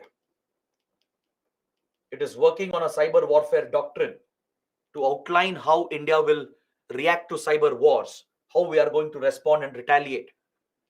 And accordingly, required weapons are being developed and even mock drills exercises are being conducted. This cyber agency is headquartered in New Delhi. It's headquartered in New Delhi, functions under the IDS, the Integrated Defense Staff. All right. So these are the major cyber agencies of India. A list of civilian agencies and one armed force, one military agency. Now coming to the global framework, there is no UN convention as of now. Of course, there is one being negotiated that deals with cyber crimes. Currently, there is a UN convention on cyber crimes, which is still being debated. The UN is working on a global framework for cyber crimes. It's still a proposed framework. So since there is no global UN-led framework as of now, there's only one other convention called the Budapest Convention. The Budapest Convention on Cyber Crimes. It was established by the Council of Europe, which is a regional organization of Europe, and it was established in 2001 and it came into force in 2004. All right, remember the basic facts. The Budapest Convention, also called the Cybercrime Convention, right? The Council of Europe's Cybercrime Convention. It was brought out by the Council of Europe in 2001, adopted in 2004, and today it's the only convention we have at the global level to deal with all forms of cyber crimes, be it cyber frauds, data theft, ransomware attacks, right? Any kind of cyber crime is dealt with under the Budapest Convention. This is not from European Union. Don't get confused. EU is a different organization. This is Council of Europe, which is another regional grouping. So around 64 countries are part of it, but it's primarily led by Western countries. It's dominated by Western countries. Is that clear? So those who are part of the convention, they have to adopt some of the principles into their national law, and they have to take up some obligations. If you join this convention, if you sign and ratify the convention, you will have to incorporate these principles into your national law against cyber crimes, and you have to cooperate with other members. You may have to interconnect your networks. You may have to share data and information which is sought during investigation of cyber crimes. Is that clear? So that is what the convention expects. It lays down a set of principles and standards which has to be adopted in the national law of the country, and they should cooperate with other members, help each other in investigation. All right, they basically help in investigation, in collecting evidence to tackle cyber crimes. As cyber crimes are global in nature, right? The criminals could be from anywhere, from any country. So this convention plays a big role. But however, what is interesting is that India has not joined the Budapest Convention. Kindly remember this. There has been a debate in India whether should we join or not, and it has been a controversial debate. The Ministry of Home Affairs, which is the nodal ministry for cyber crimes, please note this down. Nodal ministry for cyber crimes is MHA. As cyber crimes are a law and order issue, MHA is the nodal ministry at the national level. That's why MHA has set up the National Cybercrime Reporting Portal, where you can report cyber crimes. This is one initiative of MHA. If you are a victim of cyber crimes, you can report them here at the National Cybercrime Reporting Portal. It also runs the Cyber Swachhta Kendras to promote cyber safety. All right. So MHA coordinates with your state police, which is primarily responsible for dealing with cyber crimes. Right? Every state will have these dedicated cyber police stations, or even regular police stations might be equipped with the capabilities to deal with cyber crimes. So the MHA coordinates with the state police forces and the cybercrime units to tackle cyber crimes in the country, which is becoming an increasing threat. So it has all these initiatives to deal with cyber crimes. So MHA is strongly supporting India signing and joining the Budapest Convention, because we are going to get international cooperation. All right, MHA supports joining the Budapest Convention. Since we are not able to crack many cyber crimes due to its transnational nature, MHA feels that by signing and joining the Budapest Convention, we'll get international assistance. We'll get cooperation from others in investigation and collecting evidence, which can help us crack cyber crimes. But this position of MHA is strongly opposed by Intelligence Bureau, which is responsible for domestic intelligence. The IB feels that the obligations of Budapest Convention can become a national security threat, since it is mainly dominated by Western countries. Right? It requires you to integrate networks, share data and information. IB feels that this could compromise on our security, on our sovereignty. So IB has strongly opposed India joining Budapest Convention, and hence the government also has decided to not take this forward. As of now, we are not part of Budapest Convention. However, there's a parallel UN convention being negotiated. We are part of the negotiations, right? So that is something you have to track. Right now, the details are not really available in the public domain. Very limited details are available. But going forward in few months, you will see more details about the UN Convention on cyber crimes. So please keep track of that development. All right. Previously, Russia had made an attempt to push for a UN convention, but this Russian attempt failed. It didn't move forward as others weren't supporting the Russian initiative. Now, see, this is where you should understand that Western countries, they have a disproportionate control on the internet and the cyberspace. Even though no government or no single company controls the internet, it's a decentralized peer-to-peer network, right? Western governments, through their intelligence agencies, through their companies, they have a disproportionate control on the internet. The US and European countries. Similarly, China, through its various companies which have global domination like Huawei, ZTE, and others, China also has a disproportionate control on the internet. Western countries even have intelligence initiatives like the Five Eyes Alliance. You might have heard about it recently, right? The Five Eyes Intelligence Alliance between US, Canada, UK, Australia, and New Zealand. These countries, they have the capability to intercept every communication, the whole internet communication, satellite communication, right? Any kind of electronic communication interference can be carried out by Five Eyes Alliance. That is the capabilities they have built. So this is where India faces a disadvantage. Even though Western countries are friendly, you can't trust them entirely. Even friendly countries spy on each other. China's dominating control and reach on the internet and its ability to wage cyber war is something that really threatens India. Russia also has a significant presence and influence. Israel is another global leader in cyber wars and cyber espionage. So India has a lot to learn. We need to, scale up our cyber capabilities, not just for cyber warfare to defend and carry out offensive operations, but even to engage in cyber espionage, to spy on other countries. It becomes critical in today's world to safeguard our national interests. So this completes my discussion on cybersecurity. I've given a way forward at the end, just a few suggestions on how we can improve cybersecurity. You can try to use these statements in your answers when you're writing mains answers. You can suggest that we should consider joining Budapest Convention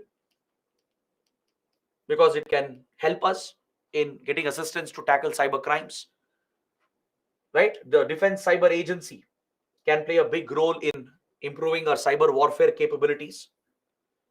You can suggest we can learn from Tallinn Manual of NATO, the NATO military alliance. It has a manual called the Tallinn Manual. All right. It has brought out new editions called 2.0 and 3.0. These are manuals on cyber wars. It's basically a NATO study on cyber warfare and what measures need to be taken to counter cyber wars. So this is something that could help India. As we are close to NATO countries, we do have close military collaboration with NATO as well. We can draw inspiration from the Tallinn Manual, right? The Tallinn Manual deals with the basic standards in cyber warfare, right? To understand the threats, to respond to cyber war threats. So India can learn from the Tallinn Manual of NATO. That's one suggestion you can provide. Or in prelims, UPSC might ask, what is Tallinn Manual? What is it related to? It's related to cyber wars and cyber security. It's a military document brought out by the NATO. Use the concept of air gapping for critical systems. Air gapping is where key systems are completely isolated from the network. All right, they're called air gapped systems. Important systems that hold sensitive data, they should be completely cut off from the outside world. They should have no access to the outside world. Let's say a critical system in Prime Minister's office, a key system in the headquarters of the army, which has very sensitive, delicate data. Such key systems, they should be cut off from the world entirely. These air-gapped systems, they will not have any external connections. They'll have no Bluetooth, no Wi-Fi connection, no LAN cable, right? No floppy disk, no CD, DVD, ROMs, no USB ports, nothing. Basically, they'll have zero external connections, both physically and virtually. All right. So these standalone computers, which are safely locked away with extensive physical security, which have no connection with external world, they are called air-gapped systems. This is a standard industry practice. Even private companies use this. when they are storing key information, their trade secrets and intellectual property, they ensure that these systems are air gapped. All right. It's almost impossible to hack into air gapped systems. The only way is you need physical access. Physically, you have to reach the system to hack into the system. And physical security can always be ensured, right? You have many methods through which physical safety can be ensured. So such air gap systems should become a standard, both in government and in private industry, where key systems holding the key information is completely cut off from the outside world. No external connection should exist. All right. So all these measures can be suggested. You can suggest a cyber registry to form a database of IT professionals, so employers can connect with them, hire the right professionals to scale up their cyber security force, right? All these suggestions can be provided. You can get a little creative as well. Look at some editorials and columns which come up, right? Maybe jot down some key suggestions that are provided by the authors, and you can use them directly in your answers. So I've given few points like this. Similarly, you can make your own list and use them directly in the answers. So this completes my discussion on cybersecurity. All right. So let's take a break. Let's take a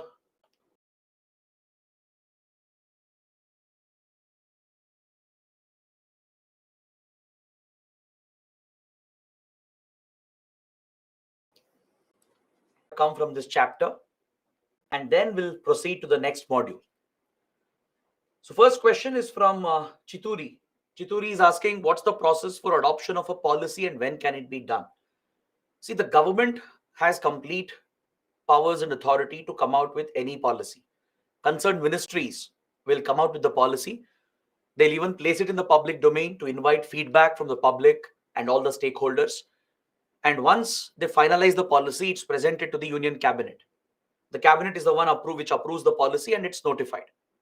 So government will come up with the policy with consultation with the public and then notifies it as well. Kamlesh is asking, where does the world famous hacking group such as Anonymous stand in the domain of cybersecurity and threats? During Russia-Ukraine war, they started siding with humanity, declared and carried out attacks against Russian defenses. Some of you might have heard about this popular hacktivist group called Anonymous. It's basically a hacker group, a group of loosely bound cyber activists around the world. It's not a structured organization, right? It does not belong to any country as such. It's a group of hackers, right, who act on behalf of this Anonymous outfit. The outfit itself is called Anonymous. The group also is made very popular by the use of the Guy Fawkes mask, the V for Vendetta mask. Some of you might have seen this, right? So that is the symbol they use. They basically operate anonymously. They claim to stand for pro-democracy, pro-human rights. So any issue which comes up in the world, which threatens human rights, which threatens democratic rights. So these groups, they target those entities which are violating such basic rights. Like Russia was brought under attack by anonymous hackers, right? So it's basically a hacktivist group, which acts like a vigilante group. It acts like an activist group carrying out these hacks to target any organization, any entity which threatens human rights and fundamental democratic rights. Kamal Pal is asking, is there any difference between Integrated Defense Staff and CDS? CDS is an office. It's a position occupied by an individual officer. IDS is an entire organization. It's a tri-service organization. We will study this in the last chapter. All right, don't worry. I'll explain what is IDS in slight detail. We'll also study CDS in detail. CDS is a very important reform that has been carried out. So in the last chapter on security forces and agencies of India, there we will study what is CDS, what is IDS. Next, Atharv is asking, can UN Convention for Cybercrime affect the proposed Indian Digital Act? Definitely yes. The UN Convention for Cybercrime, which is being negotiated, it started from 2021. It's still going on. If it is adopted, it will become the first ever global convention from the UN dealing with cybercrimes. It creates a global framework for investigating cyber crimes, for cooperation between countries, and for prosecuting cyber crimes. This convention will be binding.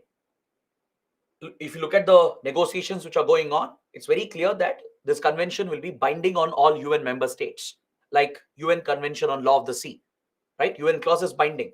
Similarly, this proposed convention on cybercrime will be binding. So it will have an impact on all your related laws, be it the data protection law we have already passed, the Digital Data Protection Act, and the proposed Digital India Act. It will have an impact because you have to adopt those UN standards into your national law. So that remains a concern for many countries because it might affect your sovereignty. It might affect the laws we already have. So we need to see how it develops in the future. Right now, we can't comment on it. Let the convention come out, let it be adopted, then we'll take a look at it. So in current affairs, please pay attention to this topic. Last question, Kamlesh is asking, what steps has India taken to carry out capacity building as well as quantity building when it comes to cybersecurity personnel? See, first of all, we have paid a lot of attention to raising a dedicated cybersecurity force, as in to build the human resource needed. So at college, university level, in the last 15 years, cybersecurity professional courses are being offered, which means we have more graduates, more professionals coming out from colleges and universities who can be employed by the private industry and even by the government organizations, right? Along with that, we have stepped up our program towards general awareness amongst the public, amongst the private sector. We are urging the private industry to focus more on cybersecurity, to recruit more cybersecurity professionals, train them, so that we have a dedicated workforce that is available, right? So from higher education to the government sector and the private sector, a lot of efforts are being taken to create a dedicated cyber security workforce, to create enough professionals who can contribute to India's cybersecurity. All right. So guys, these were some of the questions. Now, please look at the PYQs. Take a look. It's all very simple, very straightforward. It's all based on what we have been discussing, what we've been covering. If you can understand the basic concept, be good in current affairs, trust me, you can write very good answers. These questions are not at all complicated. That is the beauty of internal security. It might seem little difficult initially. Once you cover the syllabus, once you revise everything and be good in current affairs, you can easily write good answers and score very well in these questions. See this question in 2013, very basic question on social media. What are social networking sites? What security implications do they present? Very straightforward. So you define social media, explain what are social networking sites, give examples in the introduction. In the body, talk about the misuse of social media. Talk about all the threats that arise from it, like propaganda, spread of fake news and misinformation, right? Which leads to social engineering, which could also enable organized crime. Give examples for each of them as we discussed. So that explains the answer. The body is covered. Then conclude the answer. In the conclusion, explain what can be done. How do we deal with the threat? What is India doing? Right? How are we dealing with fake news? How are we dealing with the misuse of social media? Mention the IT rules we have introduced to regulate social media. And that completes your answer. This question is on cyber warfare and how terror groups also have started engaging in cyber attacks. Very simple, very straightforward. What threat do they pose? How cyber warfare has become a bigger threat than even terror outfits like Al-Qaeda. What do you understand by cyber warfare? Can you outline the measures India has taken and what is India's vulnerability? Essentially, they are drawing a comparison between cyber attacks and terrorism, right? So 20 years ago, the biggest security threat was terror groups like Al-Qaeda, right? But today, cyber warfare has become the biggest threat. These virtual wars, they can cripple the country. So explain that. Explain what is a cyber war. Compare that with terrorism. Point out how cyber war is a much bigger threat than even your regular terrorism that we see. Even terror groups have started building cyber capabilities, right? Al-Qaeda, Islamic State are using social media platforms to carry out their propaganda. They are using these platforms to even mount cyber attacks, to carry out cyber terrorism. So clearly, cyber warfare has become a larger threat than regular terrorism that we have seen. Based on that, discuss our vulnerability, where the gaps exist in India, the legal shortcomings, institutional shortcomings, and then explain how India is preparing for the threat. See, one suggestion you can say is that, one criticism you can provide is that in India, the structure is very complex. If you saw, we have many institutions, multiple institutions have been created, and that only creates confusion.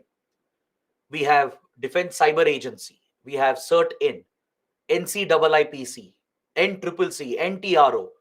So we have created so many institutions, and sometimes the roles overlap, right? So that could be a constructive criticism. You can say that we should streamline this. We should have maybe one civilian agency, one military agency, and we need to streamline the institutional architecture. Point out the legal vacuum we have. IT Act is outdated, right? We are not part of Budapest Convention.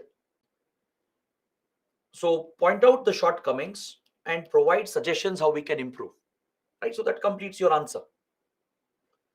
See, this question was on a digital armed force, the role of the cybersecurity policy, which we studied.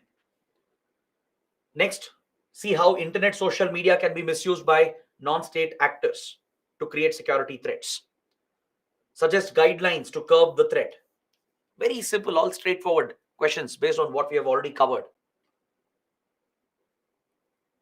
Look at this question based on Justice B.N. Srikrishna Committee report regarding data protection law.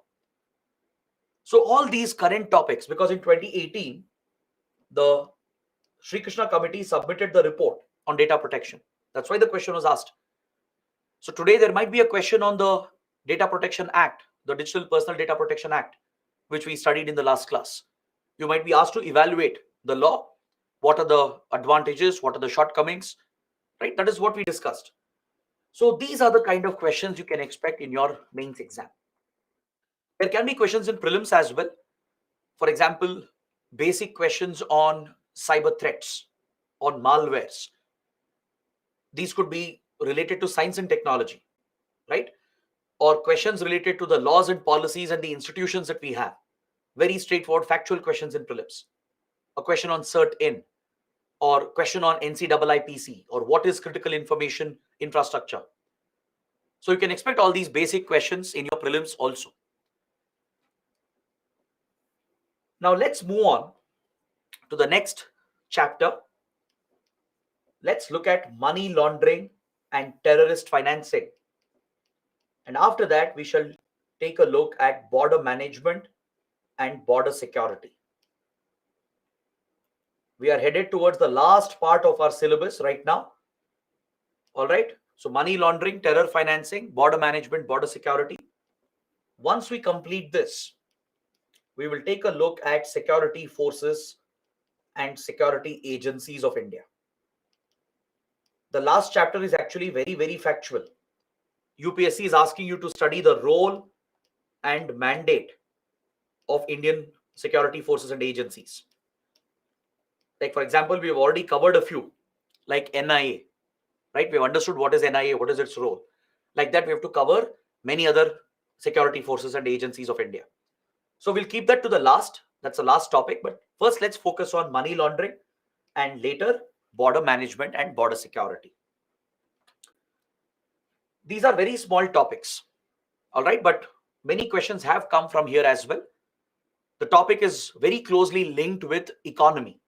Money laundering is very closely connected with Indian economy as well, right? Even there you can expect a question. So it becomes a topic under internal security also.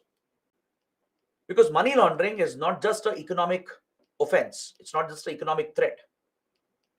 It's a national security threat. It poses a direct threat to our national security.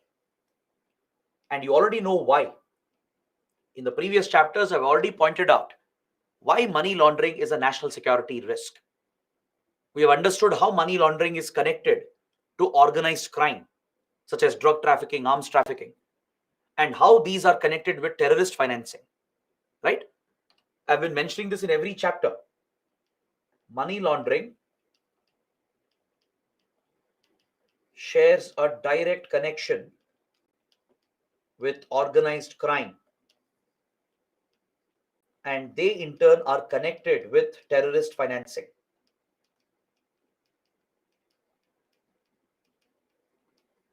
We have actually studied this under almost every single chapter, under terrorism, right? Naxalism, Northeast insurgency.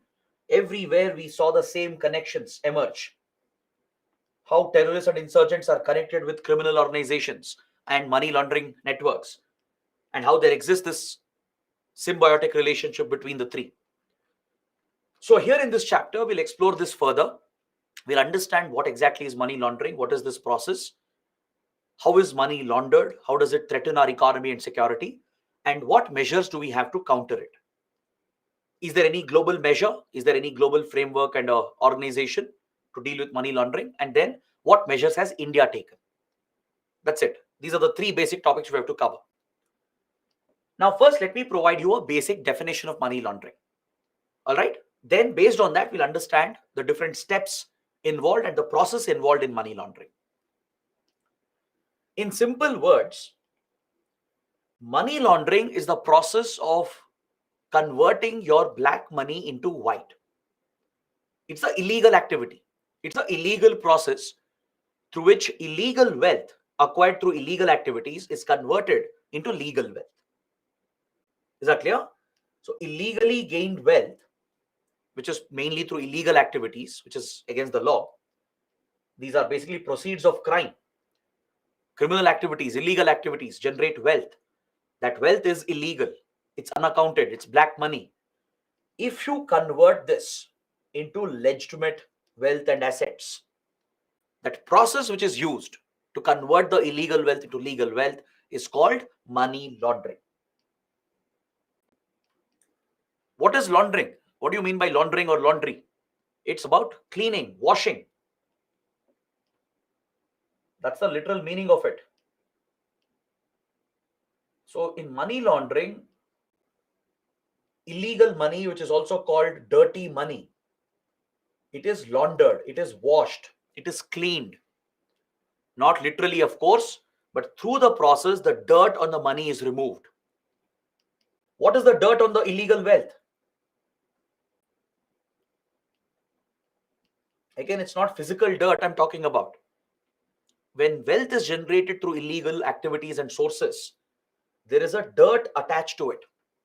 The dirt is nothing but the source, where the money came from. How did this money originate? How was this wealth created? And who owns this wealth? This is the dirt on illegal money. Is that clear?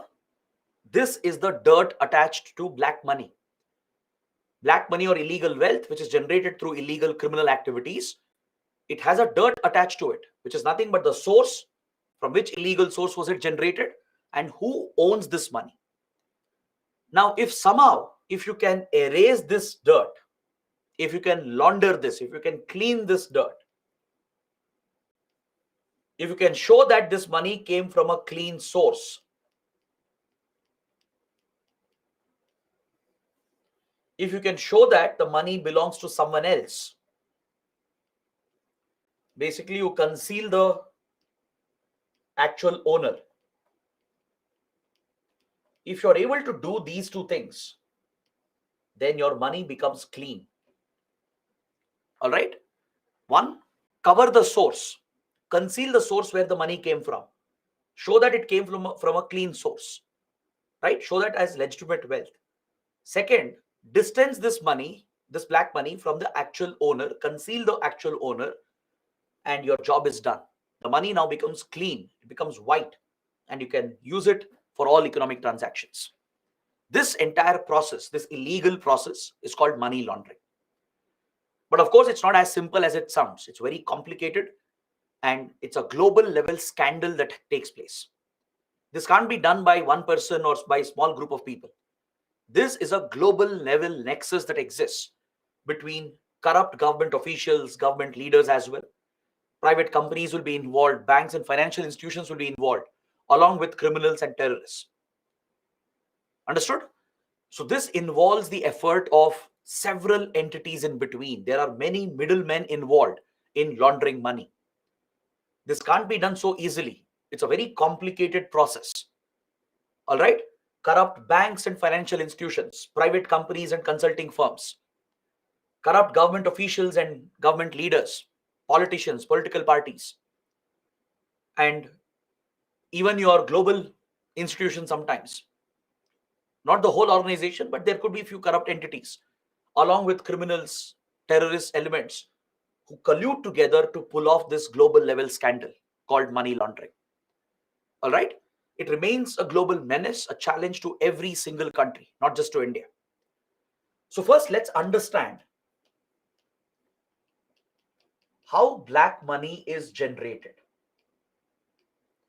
Now, can you guys tell me what are the sources of illegal wealth? You tell me in the comments what activities can generate black money. Be very specific, don't give random answers. Taking bribes, okay? Tax evasion, very good. Drug trafficking, hawala transactions, corruption, drugs and arms trafficking, human trafficking, kidnapping, taking ransoms, real estate transactions, sales without tax, sale of banned substances, stealing idols and smuggling them. Very good. Now let me summarize this. You guys have given the correct answer. Let us summarize it and categorize it accordingly. One major source of black money is organized criminal activity. Now you know what types of organized crimes exist. Drug trafficking, arms trafficking, human trafficking, wildlife trafficking, even idols and antique items which can be trafficked, right? Any such contraband, any such illegal substance or material which is being smuggled and sold, this generates illegal wealth, right? This is a major source of black money. All these are illegal criminal activities prohibited by the law. Is that clear? You can even add cyber crimes to the list. Cyber crime is also a type of organized crime. Apart from organized crime, corruption within the government, where bribes are being taken by ministers, government officials, politicians, etc. This again becomes unaccounted wealth. Obviously, they won't report this wealth. They don't pay taxes on it. This illegal wealth generated through bribes, through corruption, is another major source of black money or illegal wealth. Then finally, the last one, tax evasion. If high net worth individuals, especially celebrities, who earn thousands of crores of revenue, hundreds of crores of revenue, right? If they don't pay taxes and conceal part of their income. Similarly, if private corporations, if they underreport their profits deliberately to pay lower taxes to the government, and if they hide part of their revenue, right? This again becomes black money. The money they're concealing from the government. It could be a movie star, a movie celebrity, a cricket personality, or any athlete, or even founders of various companies, owners of large industries, the organizations themselves, the private companies, right? If they conceal their actual income or revenue, conceal the wealth, don't pay taxes on it, if they try to avoid paying taxes by hiding their actual wealth and income, whatever they're concealing, that money, that unaccounted money becomes black money. It becomes illegal wealth. So these are the primary sources through which black money is generated. Now, what is the dirt on this money? I'm sure all of you can answer this. The dirt on this money is one, the source, where the money came from. Did it come from drug smuggling? Did it come from bribes taken by government officials or ministers, or through tax evasion? Second, who owns this money? Whom does it belong to? Now, this is the dirt on it. Now, these entities, these elements, they might be making crores of rupees through these illegal activities. But trust me, they cannot spend a single rupee openly and freely. You think an IAS officer who's corrupt, who's taken hundreds of crores as bribe, do you think he can go out and purchase estates, properties, luxury cars? He can't do that. He'll get caught. There are checks and balances in the system, in the banking system, financial system, right? There are thorough checks on every high value transaction. Any transaction above 50,000 rupees invites further scrutiny by the banking and other concerned authorities. If there are any fraudulent transactions happening in the system, immediately red flags will go up. Further inquiries are done on the back end. From the banks to RBI to IT department, enforcement directorate, financial intelligence unit, they all keep a check on suspicious transactions and fraudulent transactions in the economy. You cannot spend a single rupee which is unaccounted. You will get caught eventually, right? Initially, you might get away with it, but beyond a certain point, you will get caught. So these people who own black money, the money is useless for them. They can't use this. They can't spend this. Is that clear? See, there is one more big source, which is actually under tax evasion itself, which is real estate. You might have seen this personally as well, I'm sure. If when you went to buy a site or a property, you would have seen that the actual government guidance value is something else. But what the owner is demanding and what you also agree to pay is something else. A property might be just 50 lakhs on paper. You're paying taxes only on that. But the actual transaction value might be 2 crores, which is many times higher than the reported value, which is also a type of tax evasion. So real estate industry generates massive black money. Now, if you agree to make cash payments to each other, then you can avoid detection for some time. Let's say buyer and the seller both agree that the seller says, I want some black money. Buyer also agrees to that. So they will settle part of the transaction in legal money, in white money, which is reported and accounted for and taxes are paid on it. Rest of the high value transaction, which is beyond the market value, that they will settle with black money. When such mutual agreement is there, black money can be useful.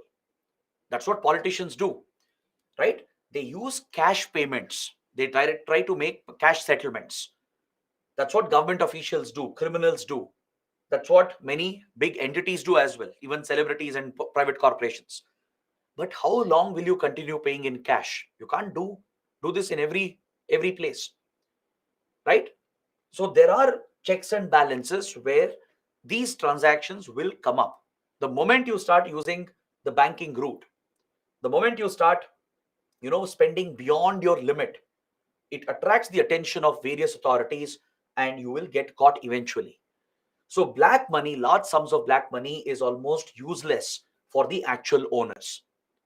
So then what's the point of doing all this, right? What's the point of taking the risk if they can't enjoy the wealth? So this is where money laundering comes in.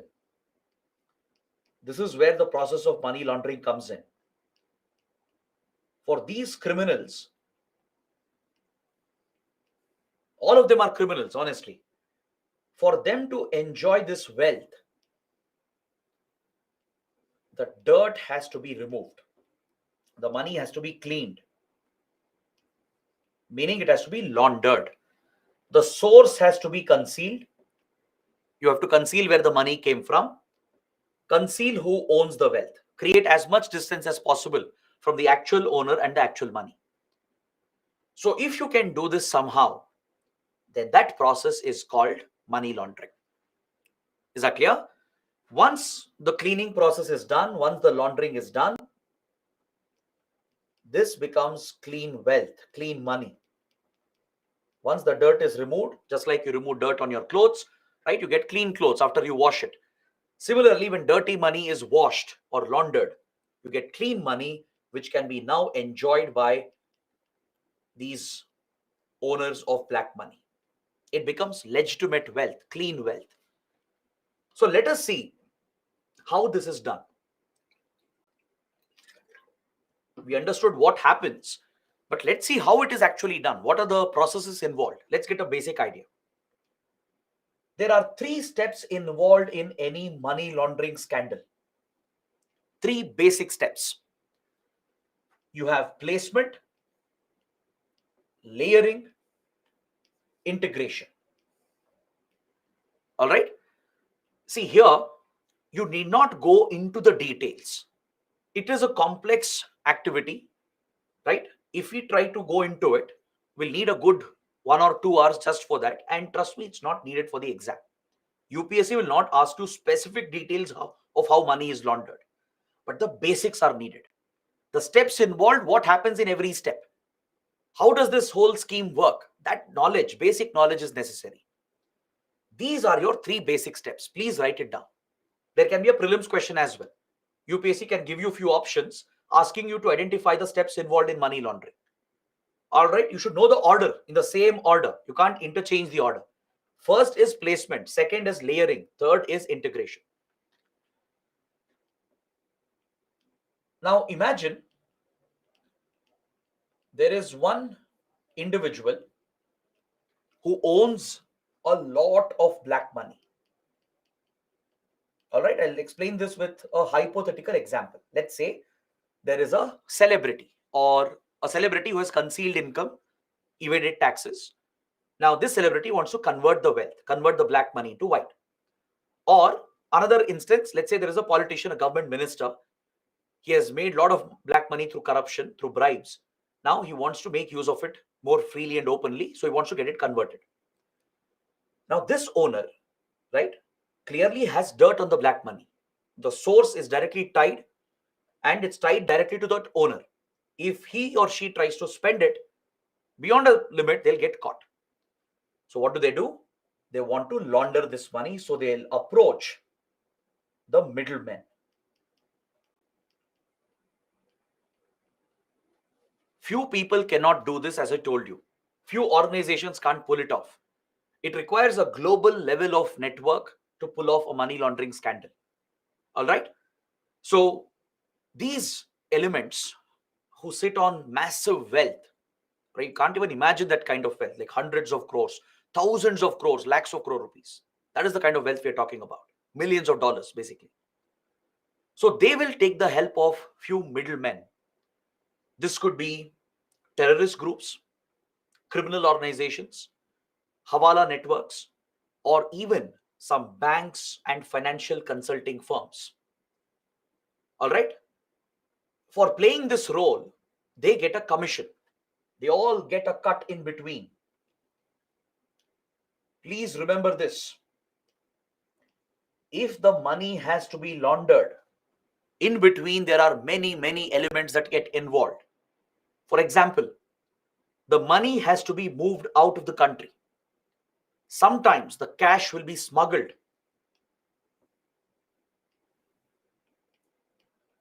Is that clear? Not just the counterfeit notes, even the actual cash might be smuggled, which requires the help of organized criminal gangs.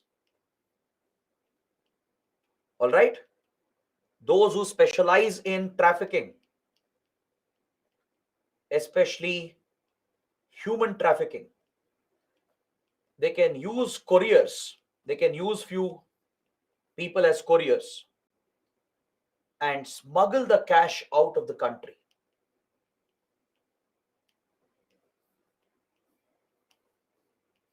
So there is a direct involvement of criminal elements. All right, smuggling cash out will require the help of criminal networks, criminal cartels. They will use poor people. All right, they'll lure them with money.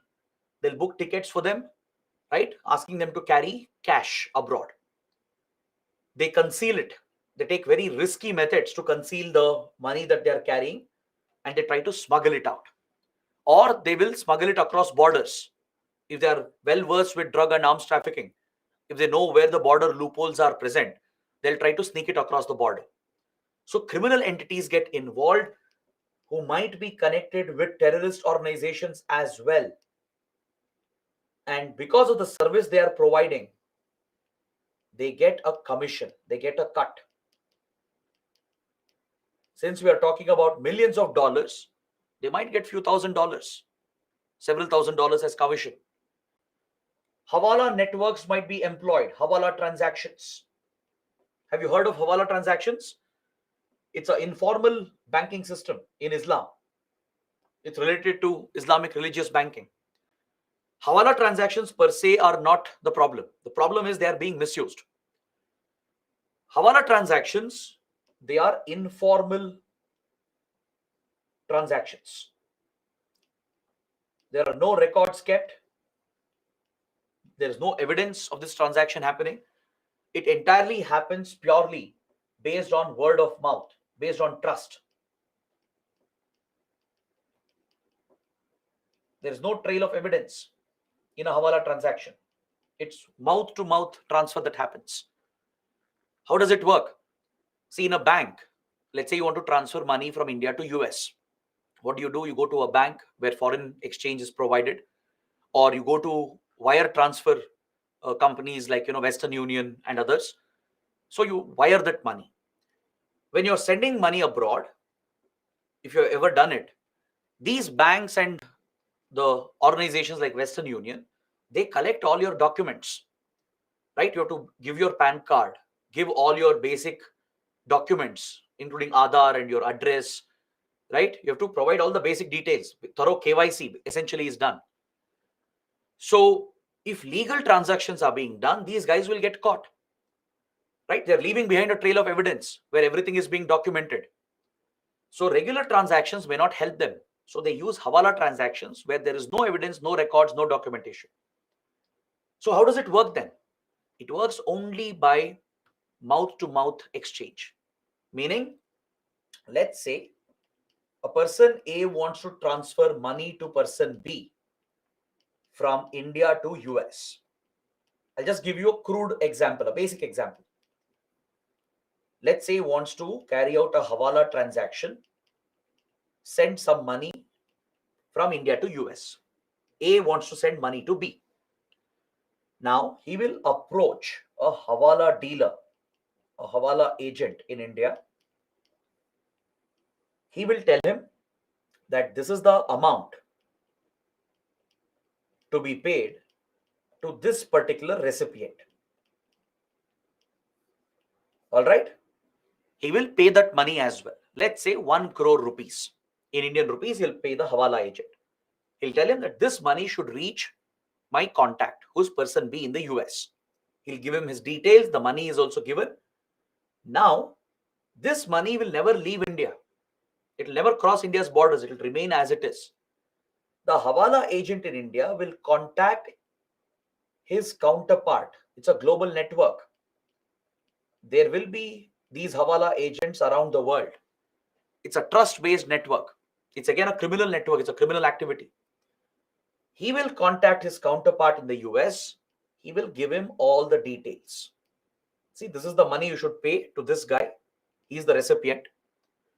And to ensure the safety, security of this entire transaction, there will be one password, which is known only to these entities.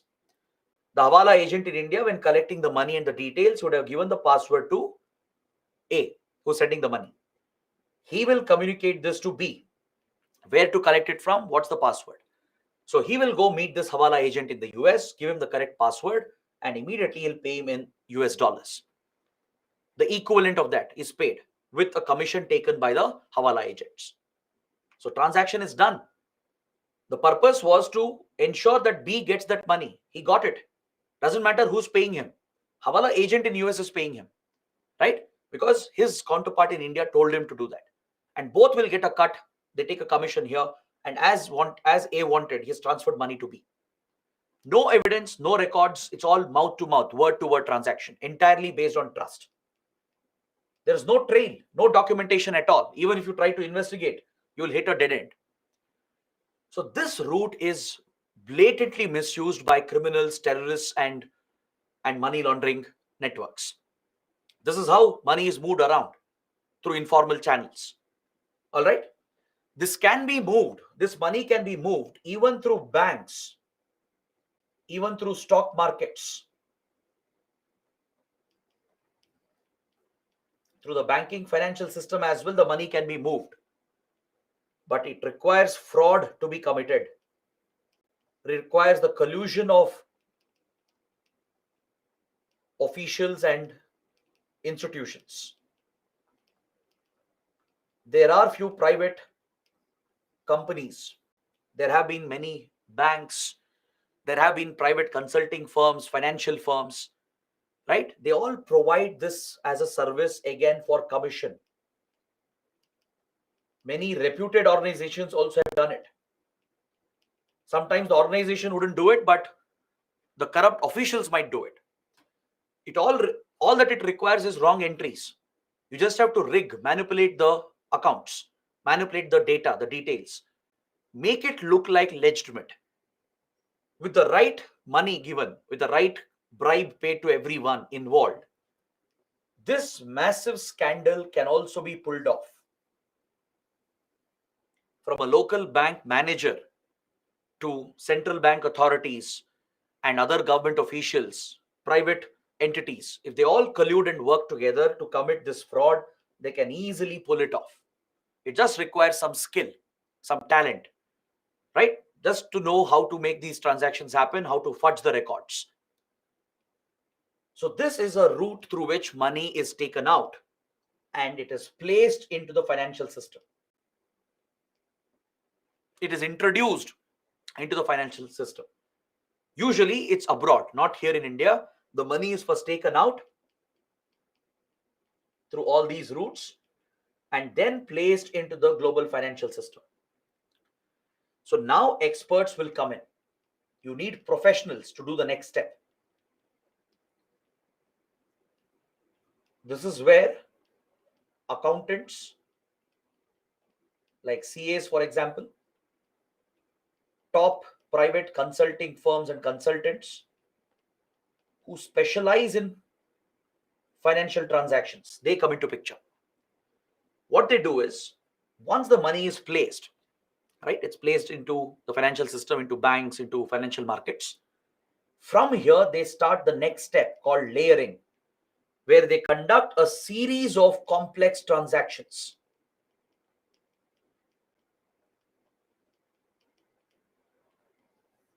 Is that clear? These professionals, experts, expert accountants, private consulting firms, accounting firms, they all provide this as a service, again, for commission. Everyone involved in between keeps getting a commission. They will conduct a series of transactions from one entity to another, one person to another. In many cases, they're all fake identities. Those organizations don't even exist. They're all fake firms. Those individuals don't even exist. So a series of complex transactions are conducted across the world, across multiple jurisdictions. To avoid suspicion and detection, right, they move the money around through multiple jurisdictions and several complex transactions are conducted. That's why this step is called layering. They layer one transaction upon the other. Hundreds of transactions will be done, and usually this is not done for the whole money. The money is split. In fact, in the very starting step, when placement is being done and when money is being taken out, here itself the large amount is broken into smaller sums. If you try to do this with a large amount, you'll get caught again. It's broken into smaller sums. This is called smurfing or fragmenting. Basically, you take 10 crore rupees, break it into 50,000 bunches. If you conduct 20,000, 30,000, 40,000 transactions, nobody will doubt you, right? The red flags will not go up. If you go conduct one 10 crore transaction, you'll get caught immediately. So they carry out smurfing or fragmenting. They break up the money conduct small transactions over a period of time. They don't do it in one single day or in one single go. They do it over a period of time. They do it through different routes. All right, multiple routes are engaged. Some money might be sent through Hawala routes, some through the banking system itself by committing frauds. So like this, they'll push the money out, place it, and then conduct complex transactions where layering takes place. One layer after the other, one transaction after the other is done around the world to basically remove the dirt. This is where the dirt gets removed. The source and the owner get concealed when hundreds of complex transactions are done. These are not simple transactions like one person transferring money to another. It's not simple like that. It involves many complex financial instruments. You need financial experts to even understand, break it down, right? So this is done through a series of networks, and after hundreds of complex transactions across jurisdictions, the dirt is removed. The source is distanced. The owner is distanced. Even if someone tries to investigate from here, if you try to go back and look at the trail, the path, you will get lost. You will hit multiple dead ends. You'll not find enough evidence to link which country it came from, who owns this money, or what source did it come from. It becomes almost impossible to trace the origin of this money. So once the origin is concealed, the dirt is removed. As simple as that. Right? It's all about the source. What generated the wealth? Who owns the wealth? You conduct these complex transactions, automatically the dirt is removed, the source and the owner is removed. Now the money becomes as good as clean. Legal wealth, white money. All right. Now they will bring this clean money, which is now laundered, it's free from dirt. They'll bring it into tax havens, low tax jurisdictions, to avoid paying unnecessary taxes. Here, the rules are very relaxed as well in tax havens like Mauritius. You might have heard about Liechtenstein, Cook Islands, Cayman Islands, Panama. Right? There are many such tax havens which are low tax or zero tax jurisdictions. They have very relaxed regulations and they have tax secrecy. They provide secrecy to the investors. They don't reveal the information, don't share it. Even in placement, jurisdictions like Switzerland, the Swiss banks in places like Panama, they all offer secrecy to their depositors. It helps them to move the money out and carry out placement and layering. So there are such banking financial systems and jurisdictions where you are granted complete secrecy. They don't reveal any details of the transaction. This gives you an added layer of protection for the money launderers. Now, the clean money which is brought to a tax haven is brought into a shell company or a shell corporation. These are again fake companies. These are just fronts. It's a front organization. They would have simply registered here just to get the benefit of zero tax jurisdiction. Right? They'll just have an office registered here with all papers and documents. They'll have few employees as well. But these shell companies will not have any legitimate business of their own.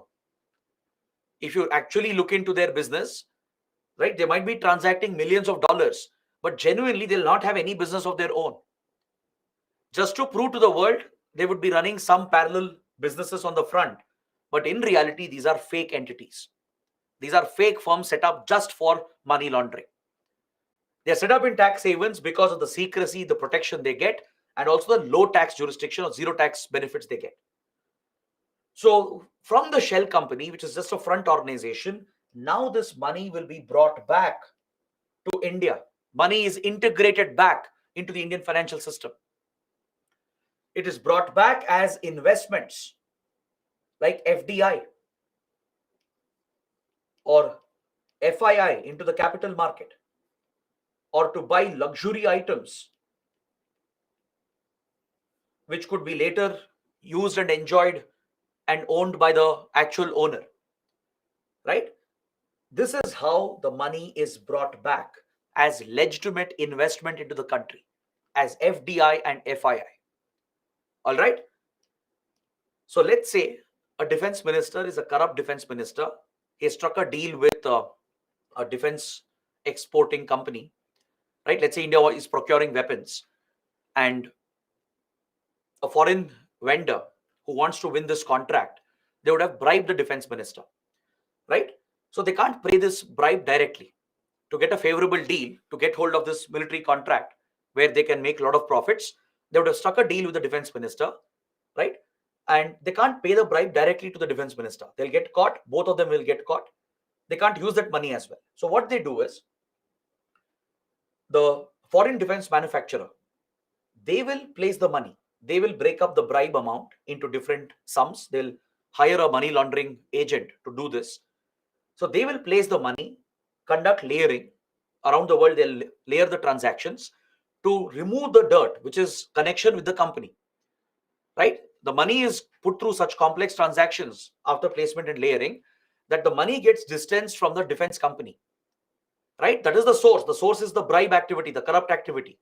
The origin, the owner is the defense company, which is paying the bribe. So now, through placement and layering, with the help of money laundering agents, the money is moved as far away as possible from the defense manufacturer.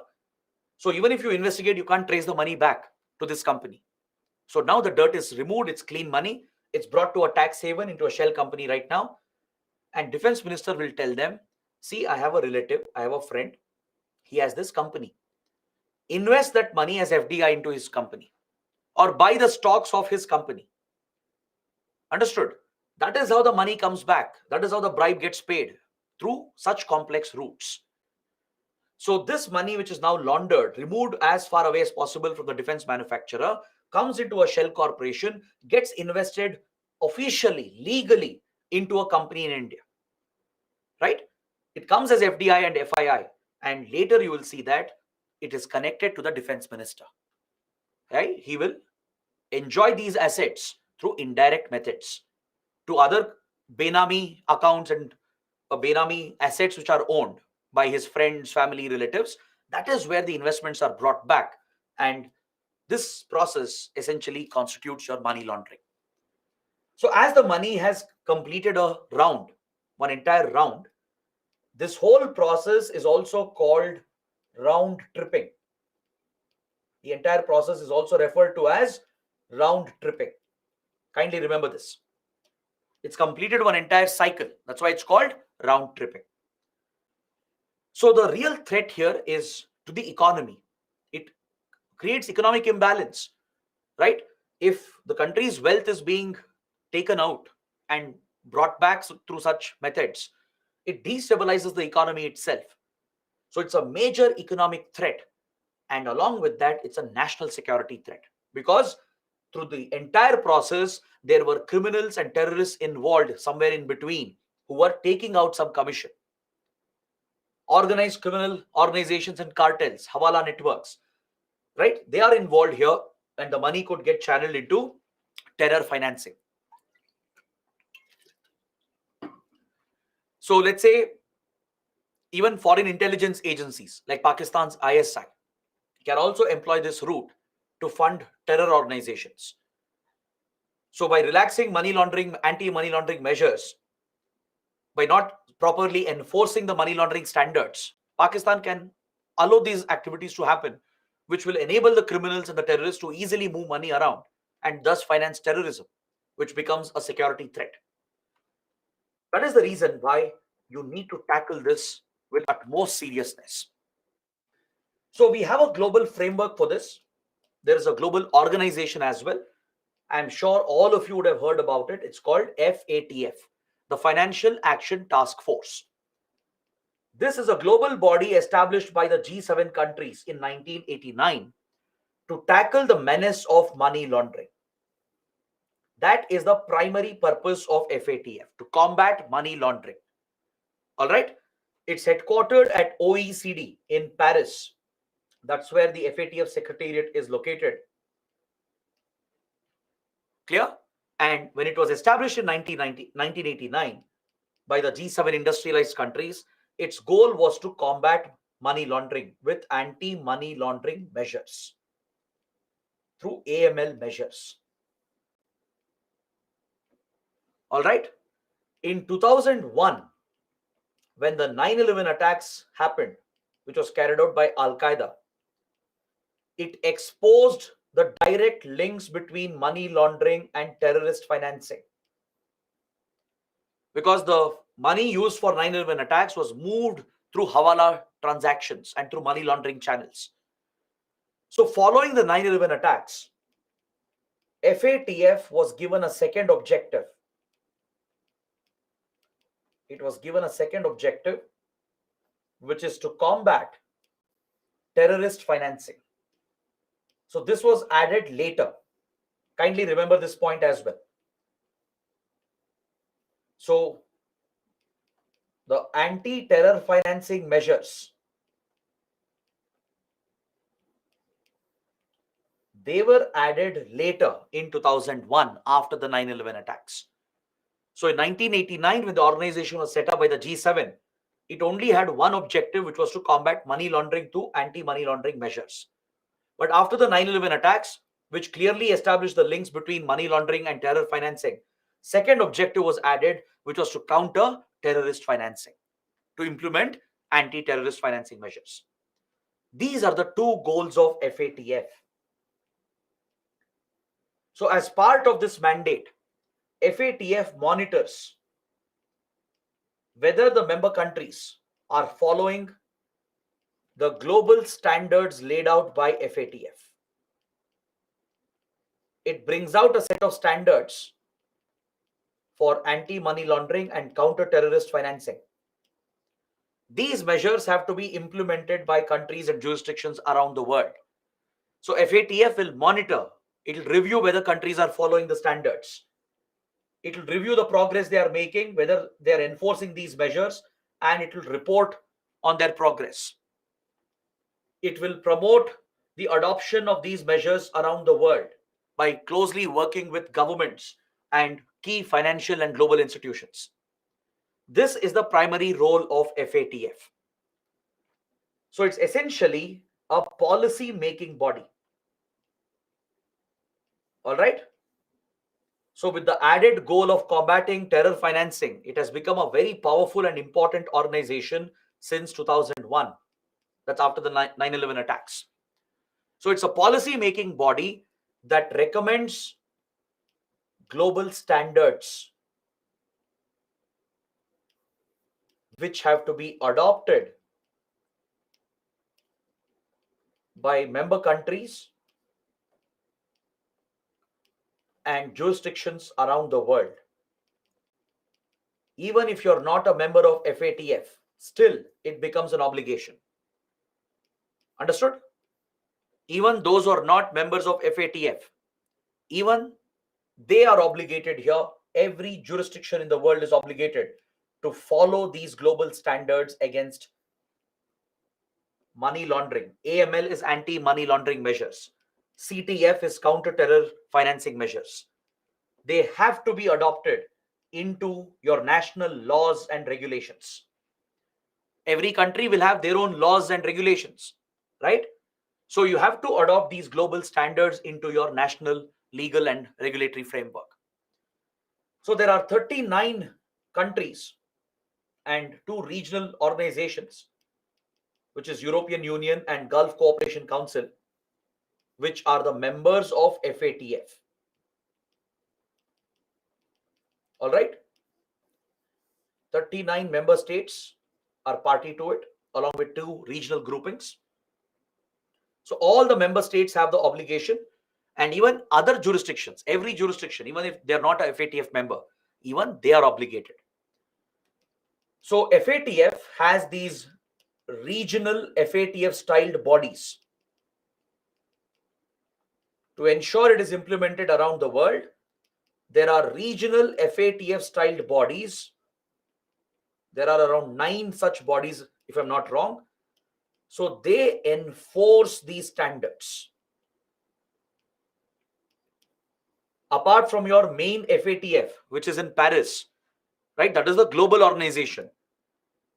It works with regional bodies, regional FATF styled bodies. Like for Asia Pacific, there is one FATF styled body. For Africa, there will be one. For Latin America, there will be one.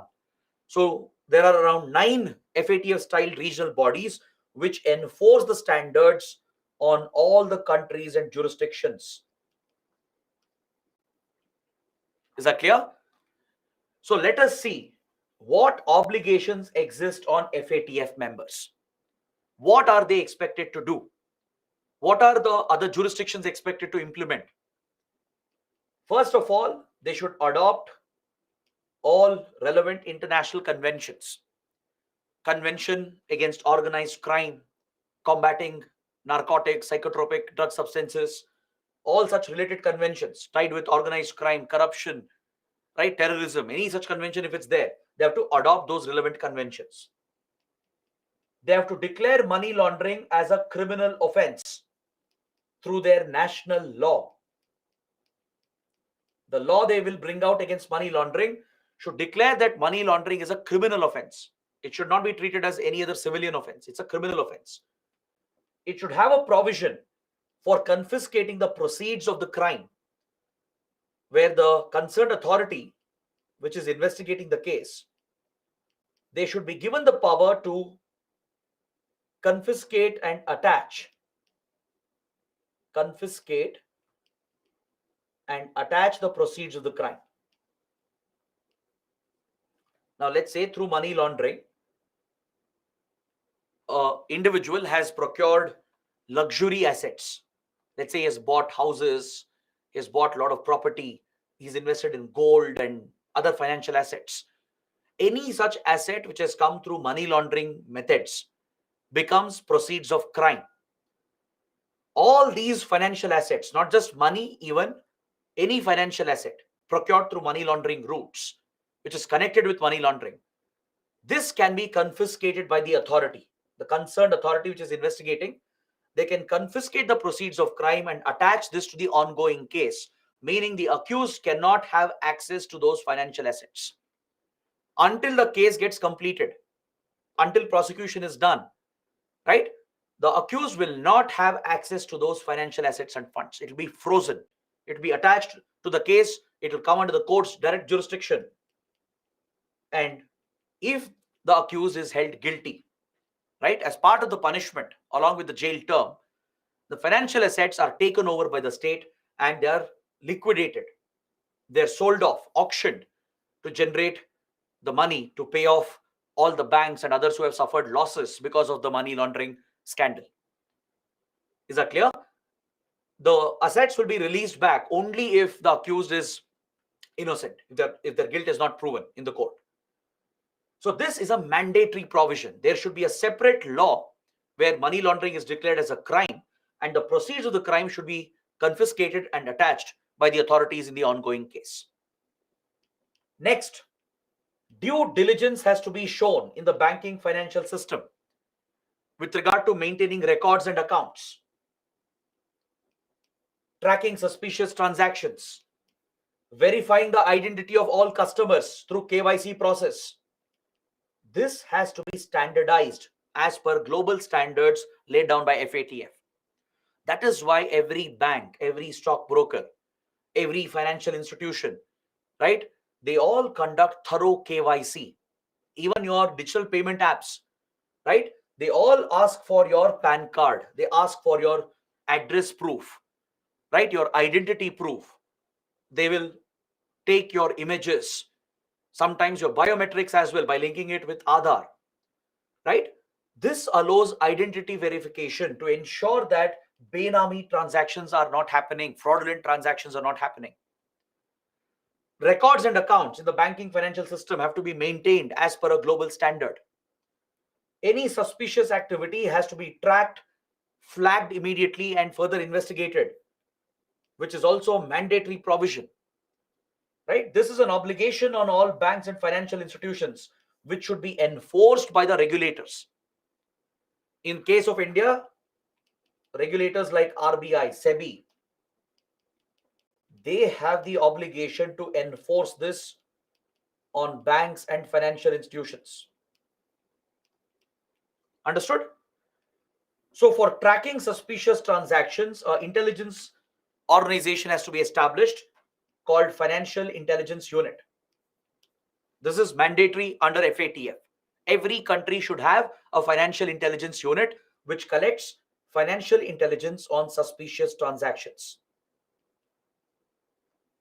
It will keep track of suspicious activity.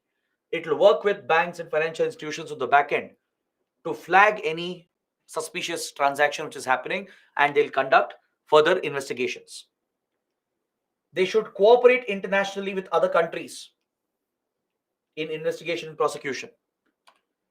All right. And they should also establish a dedicated law enforcement agency to enforce the law, such as the ED, Directorate of Enforcement, or Enforcement Directorate, as you know it.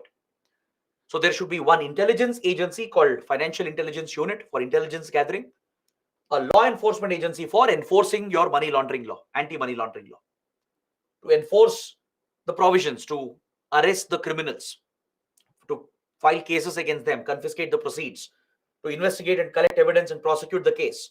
There should be a law enforcement authority called the Directorate of Enforcement. These are basic obligations on FATF members and all jurisdictions. Got it? Now, what will happen if a country does not comply? Let's say a certain country or jurisdiction, they don't follow these standards. What if they deliberately violate the standards laid down by FATF? What if they don't follow the anti-money laundering and counter-terror financing measures? Maybe a country may not even pass a law. They will not declare money laundering as a crime. They will not include the actual standards prescribed. Right? They will not maintain the right records. They will not track suspicious activity and report them. So all these are violations of FATF standards. So in case of violations, there is a penalty which comes from FATF. In case of non-compliance, there will be global action led by FATF. FATF, as I told you, has the powers to review the progress of countries, and if there are violations, it can warn those countries by placing them on the gray list. If a country is deliberately not following the standards despite repeated warnings, it can give them a final notice by putting them on the gray list, which is known as other monitored jurisdictions. They will come under enhanced monitoring of FATF. This is the last notice. After repeated warnings, if the country is not showing any interest in making improvements, if it is seen as deliberately doing this, right, a final notice is given to those countries by putting them on the gray list of FATF. All right, gray list is an informal term used by the media. Officially, it's called other monitored jurisdictions. Even after getting gray listed, once they are gray listed, they are given an action plan to follow. They are given set of targets to achieve within a given deadline. All right, this is what FATF does with its regional bodies. They meet regularly. They conduct periodic reviews of all the countries and jurisdictions. If someone is deliberately not implementing the standards, they're warned again and again. And as a final warning, as a final notice, they're put on the gray list. Gray listed countries are given an action plan. FATF tells them what to do, what measures that they want. The specific targets are prescribed with a given deadline. Despite this, if they show no progress, if they don't make any changes, if they don't cooperate deliberately, then FATF can take the final step by blacklisting those countries, which calls for action against them, global action against them, as they are declared as non-cooperative jurisdictions. Meaning they're not helping, they're not cooperating with the global framework. They're deliberately violating the standards, which means there should be an action taken against them. So those countries are blacklisted. And this is very, very serious. Getting grey listed itself will have an impact. But getting blacklisted is going to cripple that country's economy. Is that clear? So let's see what happens when FATF takes this action. If you're grey listed by FATF, that itself becomes a black mark. Investors will stop investing in your country. Those who are giving loans, they'll stop giving you loans. Right? They'll become hesitant. If you're not following these standards, it means you're allowing money laundering to happen, terror financing to continue. So just getting grey listed is enough to have an economic impact. But once you're blacklisted, this brings full-fledged economic sanctions. Global economic sanctions are imposed and the country will be cut off and isolated from the global economy. No global institution will give loans to them. IMF, World Bank, Asian Development Bank, and all other development institutions, none of them will provide loans or funds to them. It will bring full-fledged sanctions on them. International trade will take a hit. Your exports and imports will be directly affected, as no trader or merchant will come forward to trade with those countries because they will attract penalties if they try to do that. Understood? Settling the transaction becomes difficult and almost impossible when global sanctions are imposed. If all countries work together through FATF and global bodies, it will become a crippling sanction which affects the international trade of the country. Your trade will collapse, causing severe domestic economic damage. You can't procure raw materials. You can't export, meaning your domestic industries, your agriculture, everything takes a hit.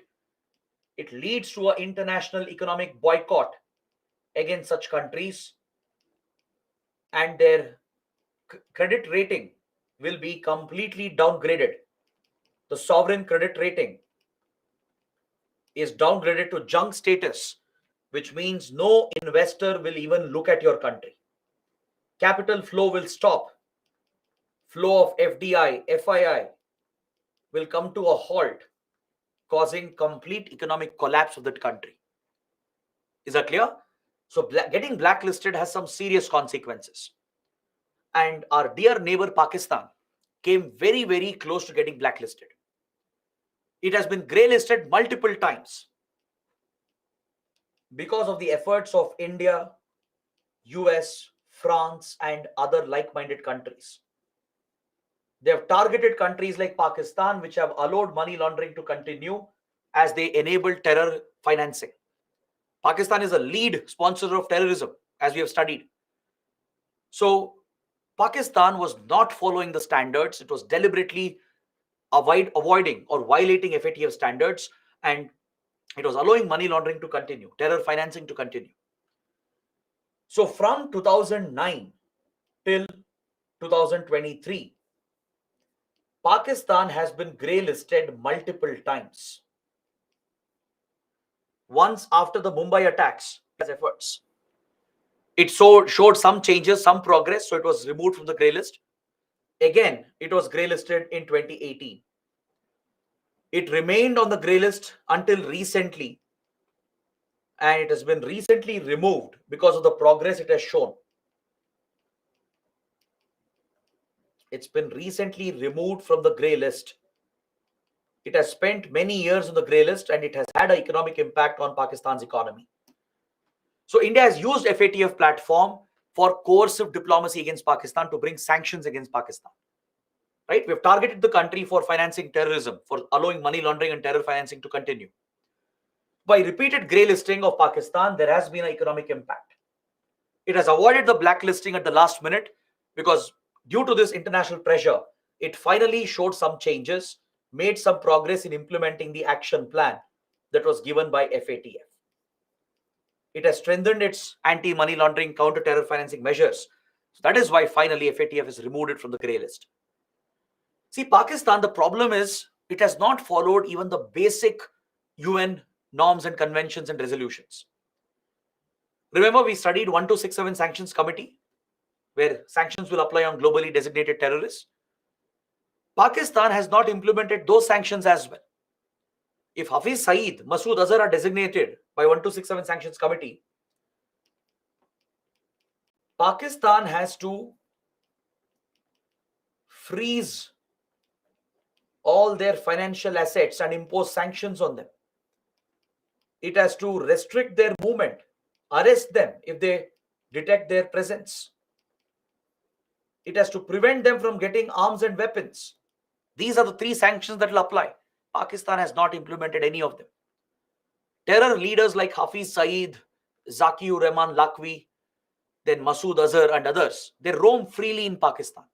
They conduct rallies against India, raise funds and recruitment against India. They deliver hate speech against India. And still Pakistan says we don't know where the terrorists are hiding. Right? So this is a blatant violation which has been exposed, and it has violated UN Resolution 2462, which calls all countries to criminalize terrorist financing. It has not acted against terrorists belonging to Lashkar, Jaish-e-Mohammed, Jamaat-ud-Dawa, which are all globally designated organizations. It has not denied them weapon access. It has not placed a travel ban on them. It has not frozen their funds. Right?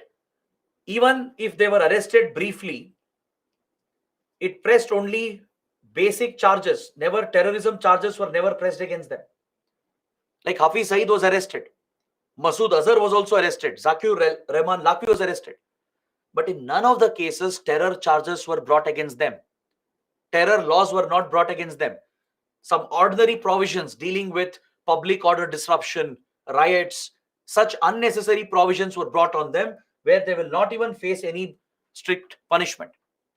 These are blatant violations of international norms and conventions. That is why India got support to grey list Pakistan repeatedly. It has been on the grey list 3 times. It has spent many years. And finally, it came under tremendous pressure, or else it would have been blacklisted.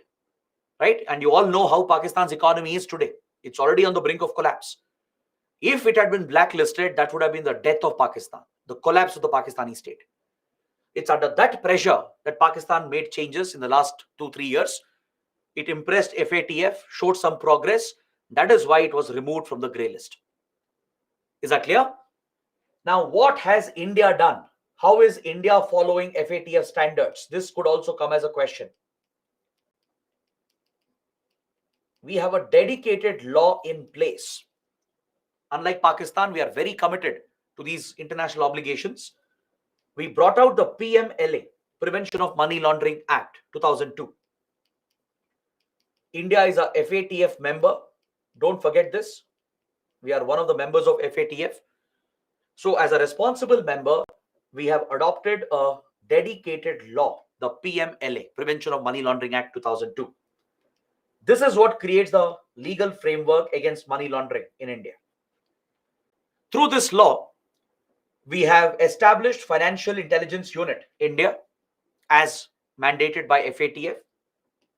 So FIU keeps check on all suspicious transactions in the banking financial system, generates the financial intelligence. We have set up the ED, the Enforcement Directorate or Directorate of Enforcement.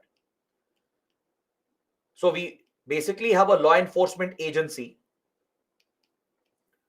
ED was there from before as well, right? It's actually an old organization dealing with foreign exchange violations. But under the law, ED has been designated as the concerned nodal law enforcement agency to investigate money laundering cases. So ED has the primary jurisdiction. It's the nodal law enforcement agency. It has primary jurisdiction in money laundering cases. We have given that legal recognition through the law as per FATF recommendations. FIU acts as the intelligence agency, generating financial intelligence. All the standards have been imposed by India. All the record keeping, accounting standards, right? They have been enforced on banks, financial companies, non-banking financial companies, the stock markets, the stock brokers, everyone involved in the transactions, right? All institutions, intermediaries, they are all under obligation to implement the banking, accounting, record keeping standards. That is why KYC process in India is so strict. You can't open a bank account without KYC. You can't invest in stock markets. You can't move money around, right? You can't do anything in the banking or financial system without a proper KYC process. This helps in identifying the source, the origin, right? So very strict standards are implemented in India, and FIU keeps a check on all these records and accounts. On the back end of the system, without your knowledge, a thorough check keeps happening. Any suspicious transactions have to be flagged by the banks itself, right? They have to inform FIU and take a look at these suspicious transactions which could be happening in the banking financial system. The law defines money laundering according to FATF standards, declares it as a criminal offense. The proceeds of the crime can be frozen by the ED. It can be seized and attached to the ongoing case.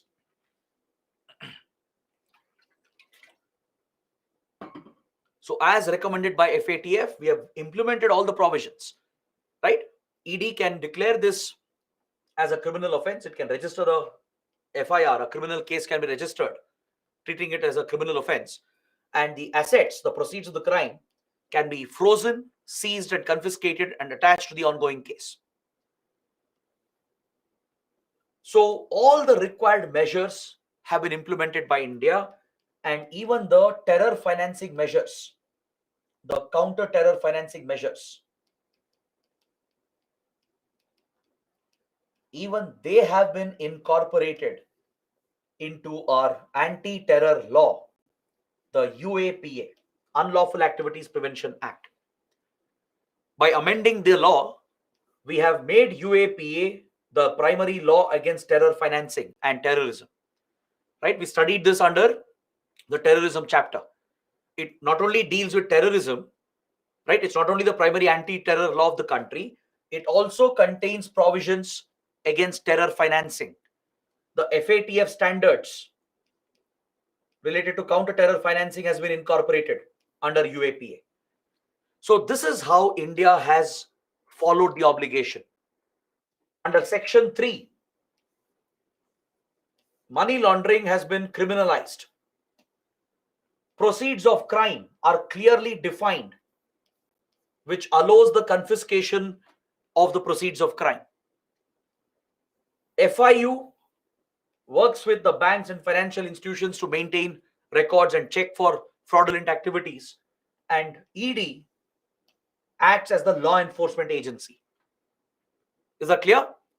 The law is so strict that the burden of proof is on the accused.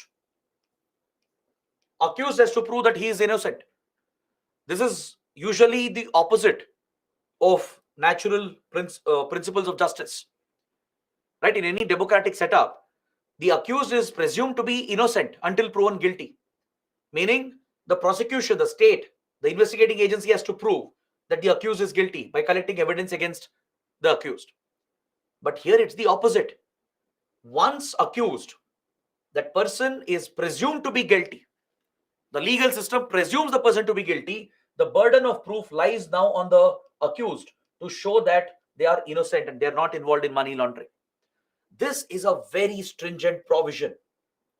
This is where a controversy arises, that the law is too strict and potentially ED might misuse this to target political opponents. There is a very strong criticism here against PMLA and how ED keeps conducting raids. Right? In the last few years, in the last 15-20 years, ED has conducted multiple raids in the country. Right? So there is a criticism that PMLA is going beyond FATF standards and providing such strict provisions. In democracy, the burden of proof is on the state. The investigation, the prosecution has to prove that the accused is guilty, not the accused. Here it's the opposite. Burden of proof is on the accused to prove their innocence. So this is seen as a violation of the basic rights, fundamental human rights, and it could lead to misuse by the ruling parties at the center. That is why role of ED is often criticized, just like CBI is criticized for being politically misused to target political opponents and critics.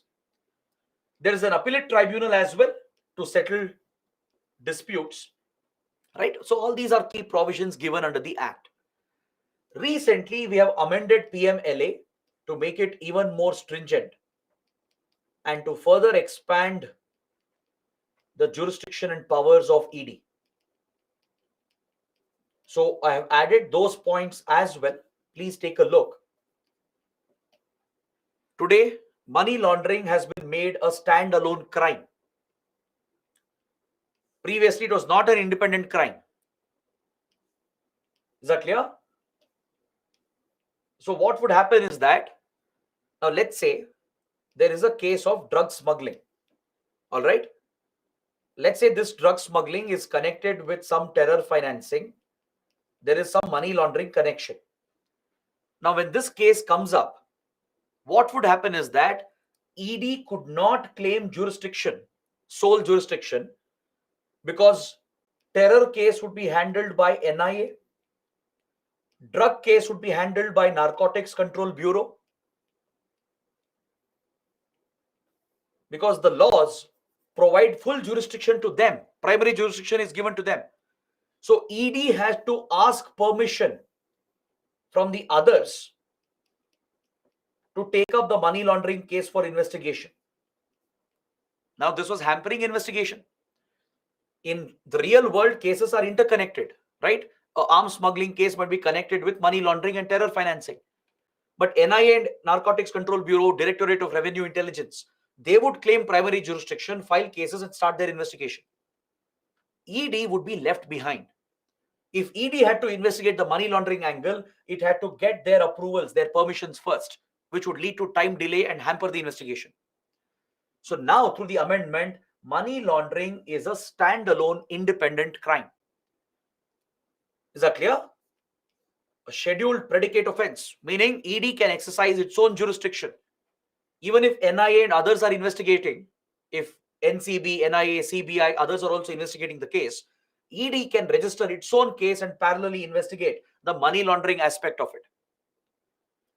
The ambit of proceeds of crime has been expanded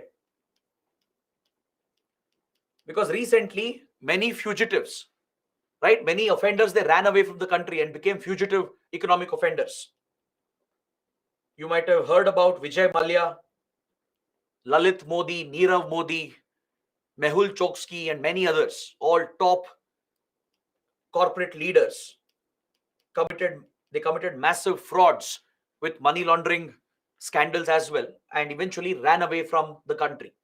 They duped the banks, right? They failed to pay back the loans. They destroyed taxpayers' wealth and ran away from India. They're hiding in foreign countries. So to deal with such criminals, right, their assets, the proceeds of crime was expanded. The definition was given a wider expansion. See what happens. Let's take Vijay Mallya, for example. He will have some assets in India. He will have a brewery in India. He will have a cricket team, right? He'll have other investments in India. Not all of them will be from money laundering. Not all of them will be proceeds of crime. Some of them will be proceeds of crime. So only those assets would have been confiscated by ED. But Vijay Mallya might have other assets abroad which are procured through proceeds of crime. He might have bought a yacht. He might have bought a luxury hotel or a luxury castle or an estate. Now, how do we get hold of that? How do we confiscate that foreign property and asset and attach to the case? It's not possible. Foreign countries will not allow that. We don't have jurisdiction in other countries. So to account for this, the definition of proceeds of crime has been changed. Now, let's say Vijay Mallya has $500 million worth foreign assets. The equivalent of that can be confiscated in India from his legal wealth as well. Let's say he has some legal assets in India which are not procured through money laundering routes, which has nothing to do with money laundering. Even those legal assets can be confiscated and attached by the ED to compensate for the foreign assets present abroad. This is a very, very big change. It allows the fugitives who have run away from India, the fugitive economic offenders, right, to pay the price for the crime they have committed. Right? We may not get hold of them, We may not be able to get them arrested and extradite them because of all the legal challenges involved. But at least the financial part of it, the proceeds of crime which they have abroad, the equivalent of that can be confiscated here from their legal assets. All of that can be attached to the case, and once the courts declare them guilty, you can liquidate them, you can auction the assets, sell them off, and use the money to pay the banks and others who have suffered financial losses because of the crimes they have committed. So this helps in strengthening the banking system, in tackling non-performing assets, the NPAs, which had shot up due to such crimes being committed. Along with that, many other strict powers have been given. The power to search, seize, all these powers have been increased. They can be done without a warrant. This is where criticism comes again. Why should ED have such strict powers? Because there is a risk of it getting misused. ED now has powers to search, seize without a warrant, without even prerequisite FIR, right? ED has been given tremendous powers to search, arrest, and seize. So the fear is that ED might exploit this because these offenses are non-bailable, right? You'll never get bail. It's impossible to get bail once the strict charges are filed, as you're presumed to be guilty, right? So since ED has these tremendous powers, there is a fear that political parties might misuse this power, the ruling party at the center, because ED directly comes under the finance ministry, under the central government. So there is a concern that ruling party might misuse ED to target the opposition, to target political parties, critics, opponents by conducting ED raids. Once you are arrested and confiscated, your property is confiscated, it becomes very, very challenging to prove your innocence or to even get bail. So that is why there is a criticism, but government feels that these measures are needed. So it's a controversial topic. All right. So this is the basic awareness you should have about PMLA, FATF, and money laundering. So this completes my discussion. Let's see if there are any questions or doubts remaining. In the meantime, take a look at PYQs that have come from money laundering chapter. Shivani is asking how Hawala transaction is valid, why government has not banned it. It is banned, it is illegal, right? But it is carried out illegally, obviously, as it is a trust-based informal transaction. The Hawala networks and agents, they keep carrying it out. It's illegal. It's banned already.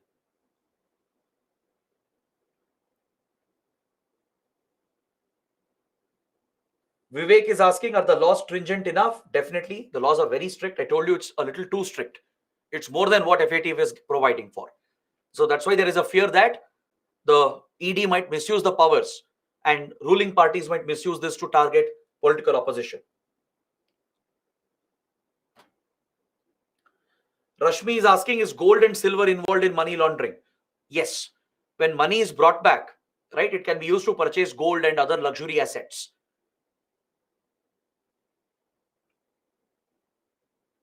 Vaishna is asking, what is automatic exchange of information agreement to curb money laundering?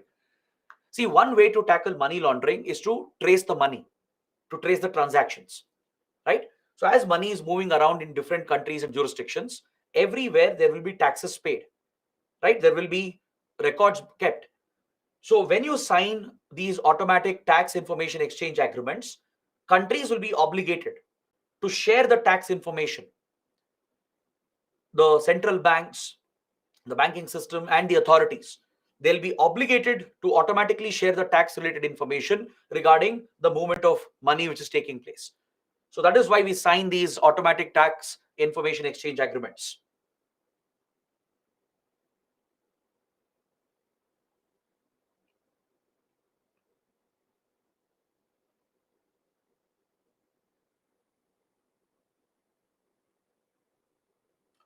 Student is asking, how can we write a constructive criticism of the amendments? See, first you discuss the provisions, explain how we are following FATF standards, and then you can mention that some of the provisions can be seen as too stringent, like the power to seize, search, and arrest without warrant. then the expanded powers which have been given, right, where the jurisdiction has been expanded of ED, there you can specifically pinpoint that lot of ED raids are happening, but conviction rate is low, which means many cases are false to begin with, or ED doesn't have enough evidence against the accused, right? So point out that concerns have come up where experts, activists have warned that ED is likely being misused to target political opposition. There is a concern which has come up, and this needs to be addressed, right? So that's enough.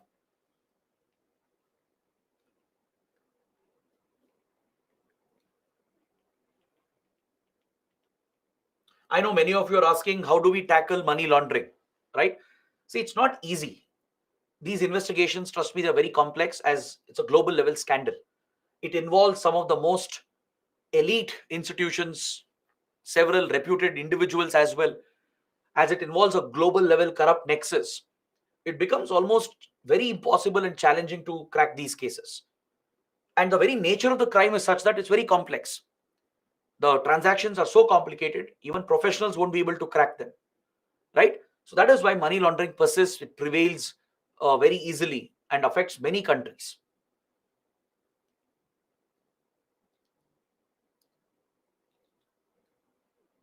Why India can't arrest criminals outside the country? Because you don't have jurisdiction. You think foreign countries will allow our forces to go there and arrest them and come back? No one will allow that, right? Indian police, Indian law enforcement, we have no jurisdiction abroad. We can't step on other soil and arrest them and bring them here. That can't be done. Vivek is asking, please, Budapest Convention in brief, sir. Budapest Convention is a convention on cyber crimes brought out by Council of Europe. It provides for international cooperation between members to tackle cyber crimes, to investigate, to share evidence, and prosecute cyber crimes. All right. Now, if you're part of Budapest Convention, you have an obligation. You have to implement all those principles in your laws.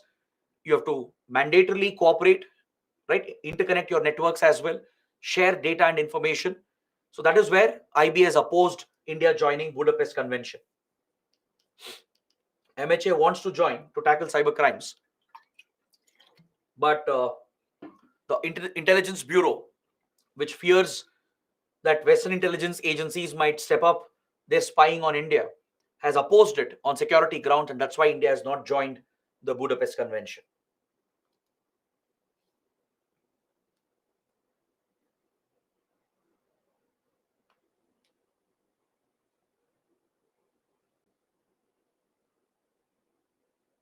All right. So, guys, these are the questions. Take a look at the PYQs as well.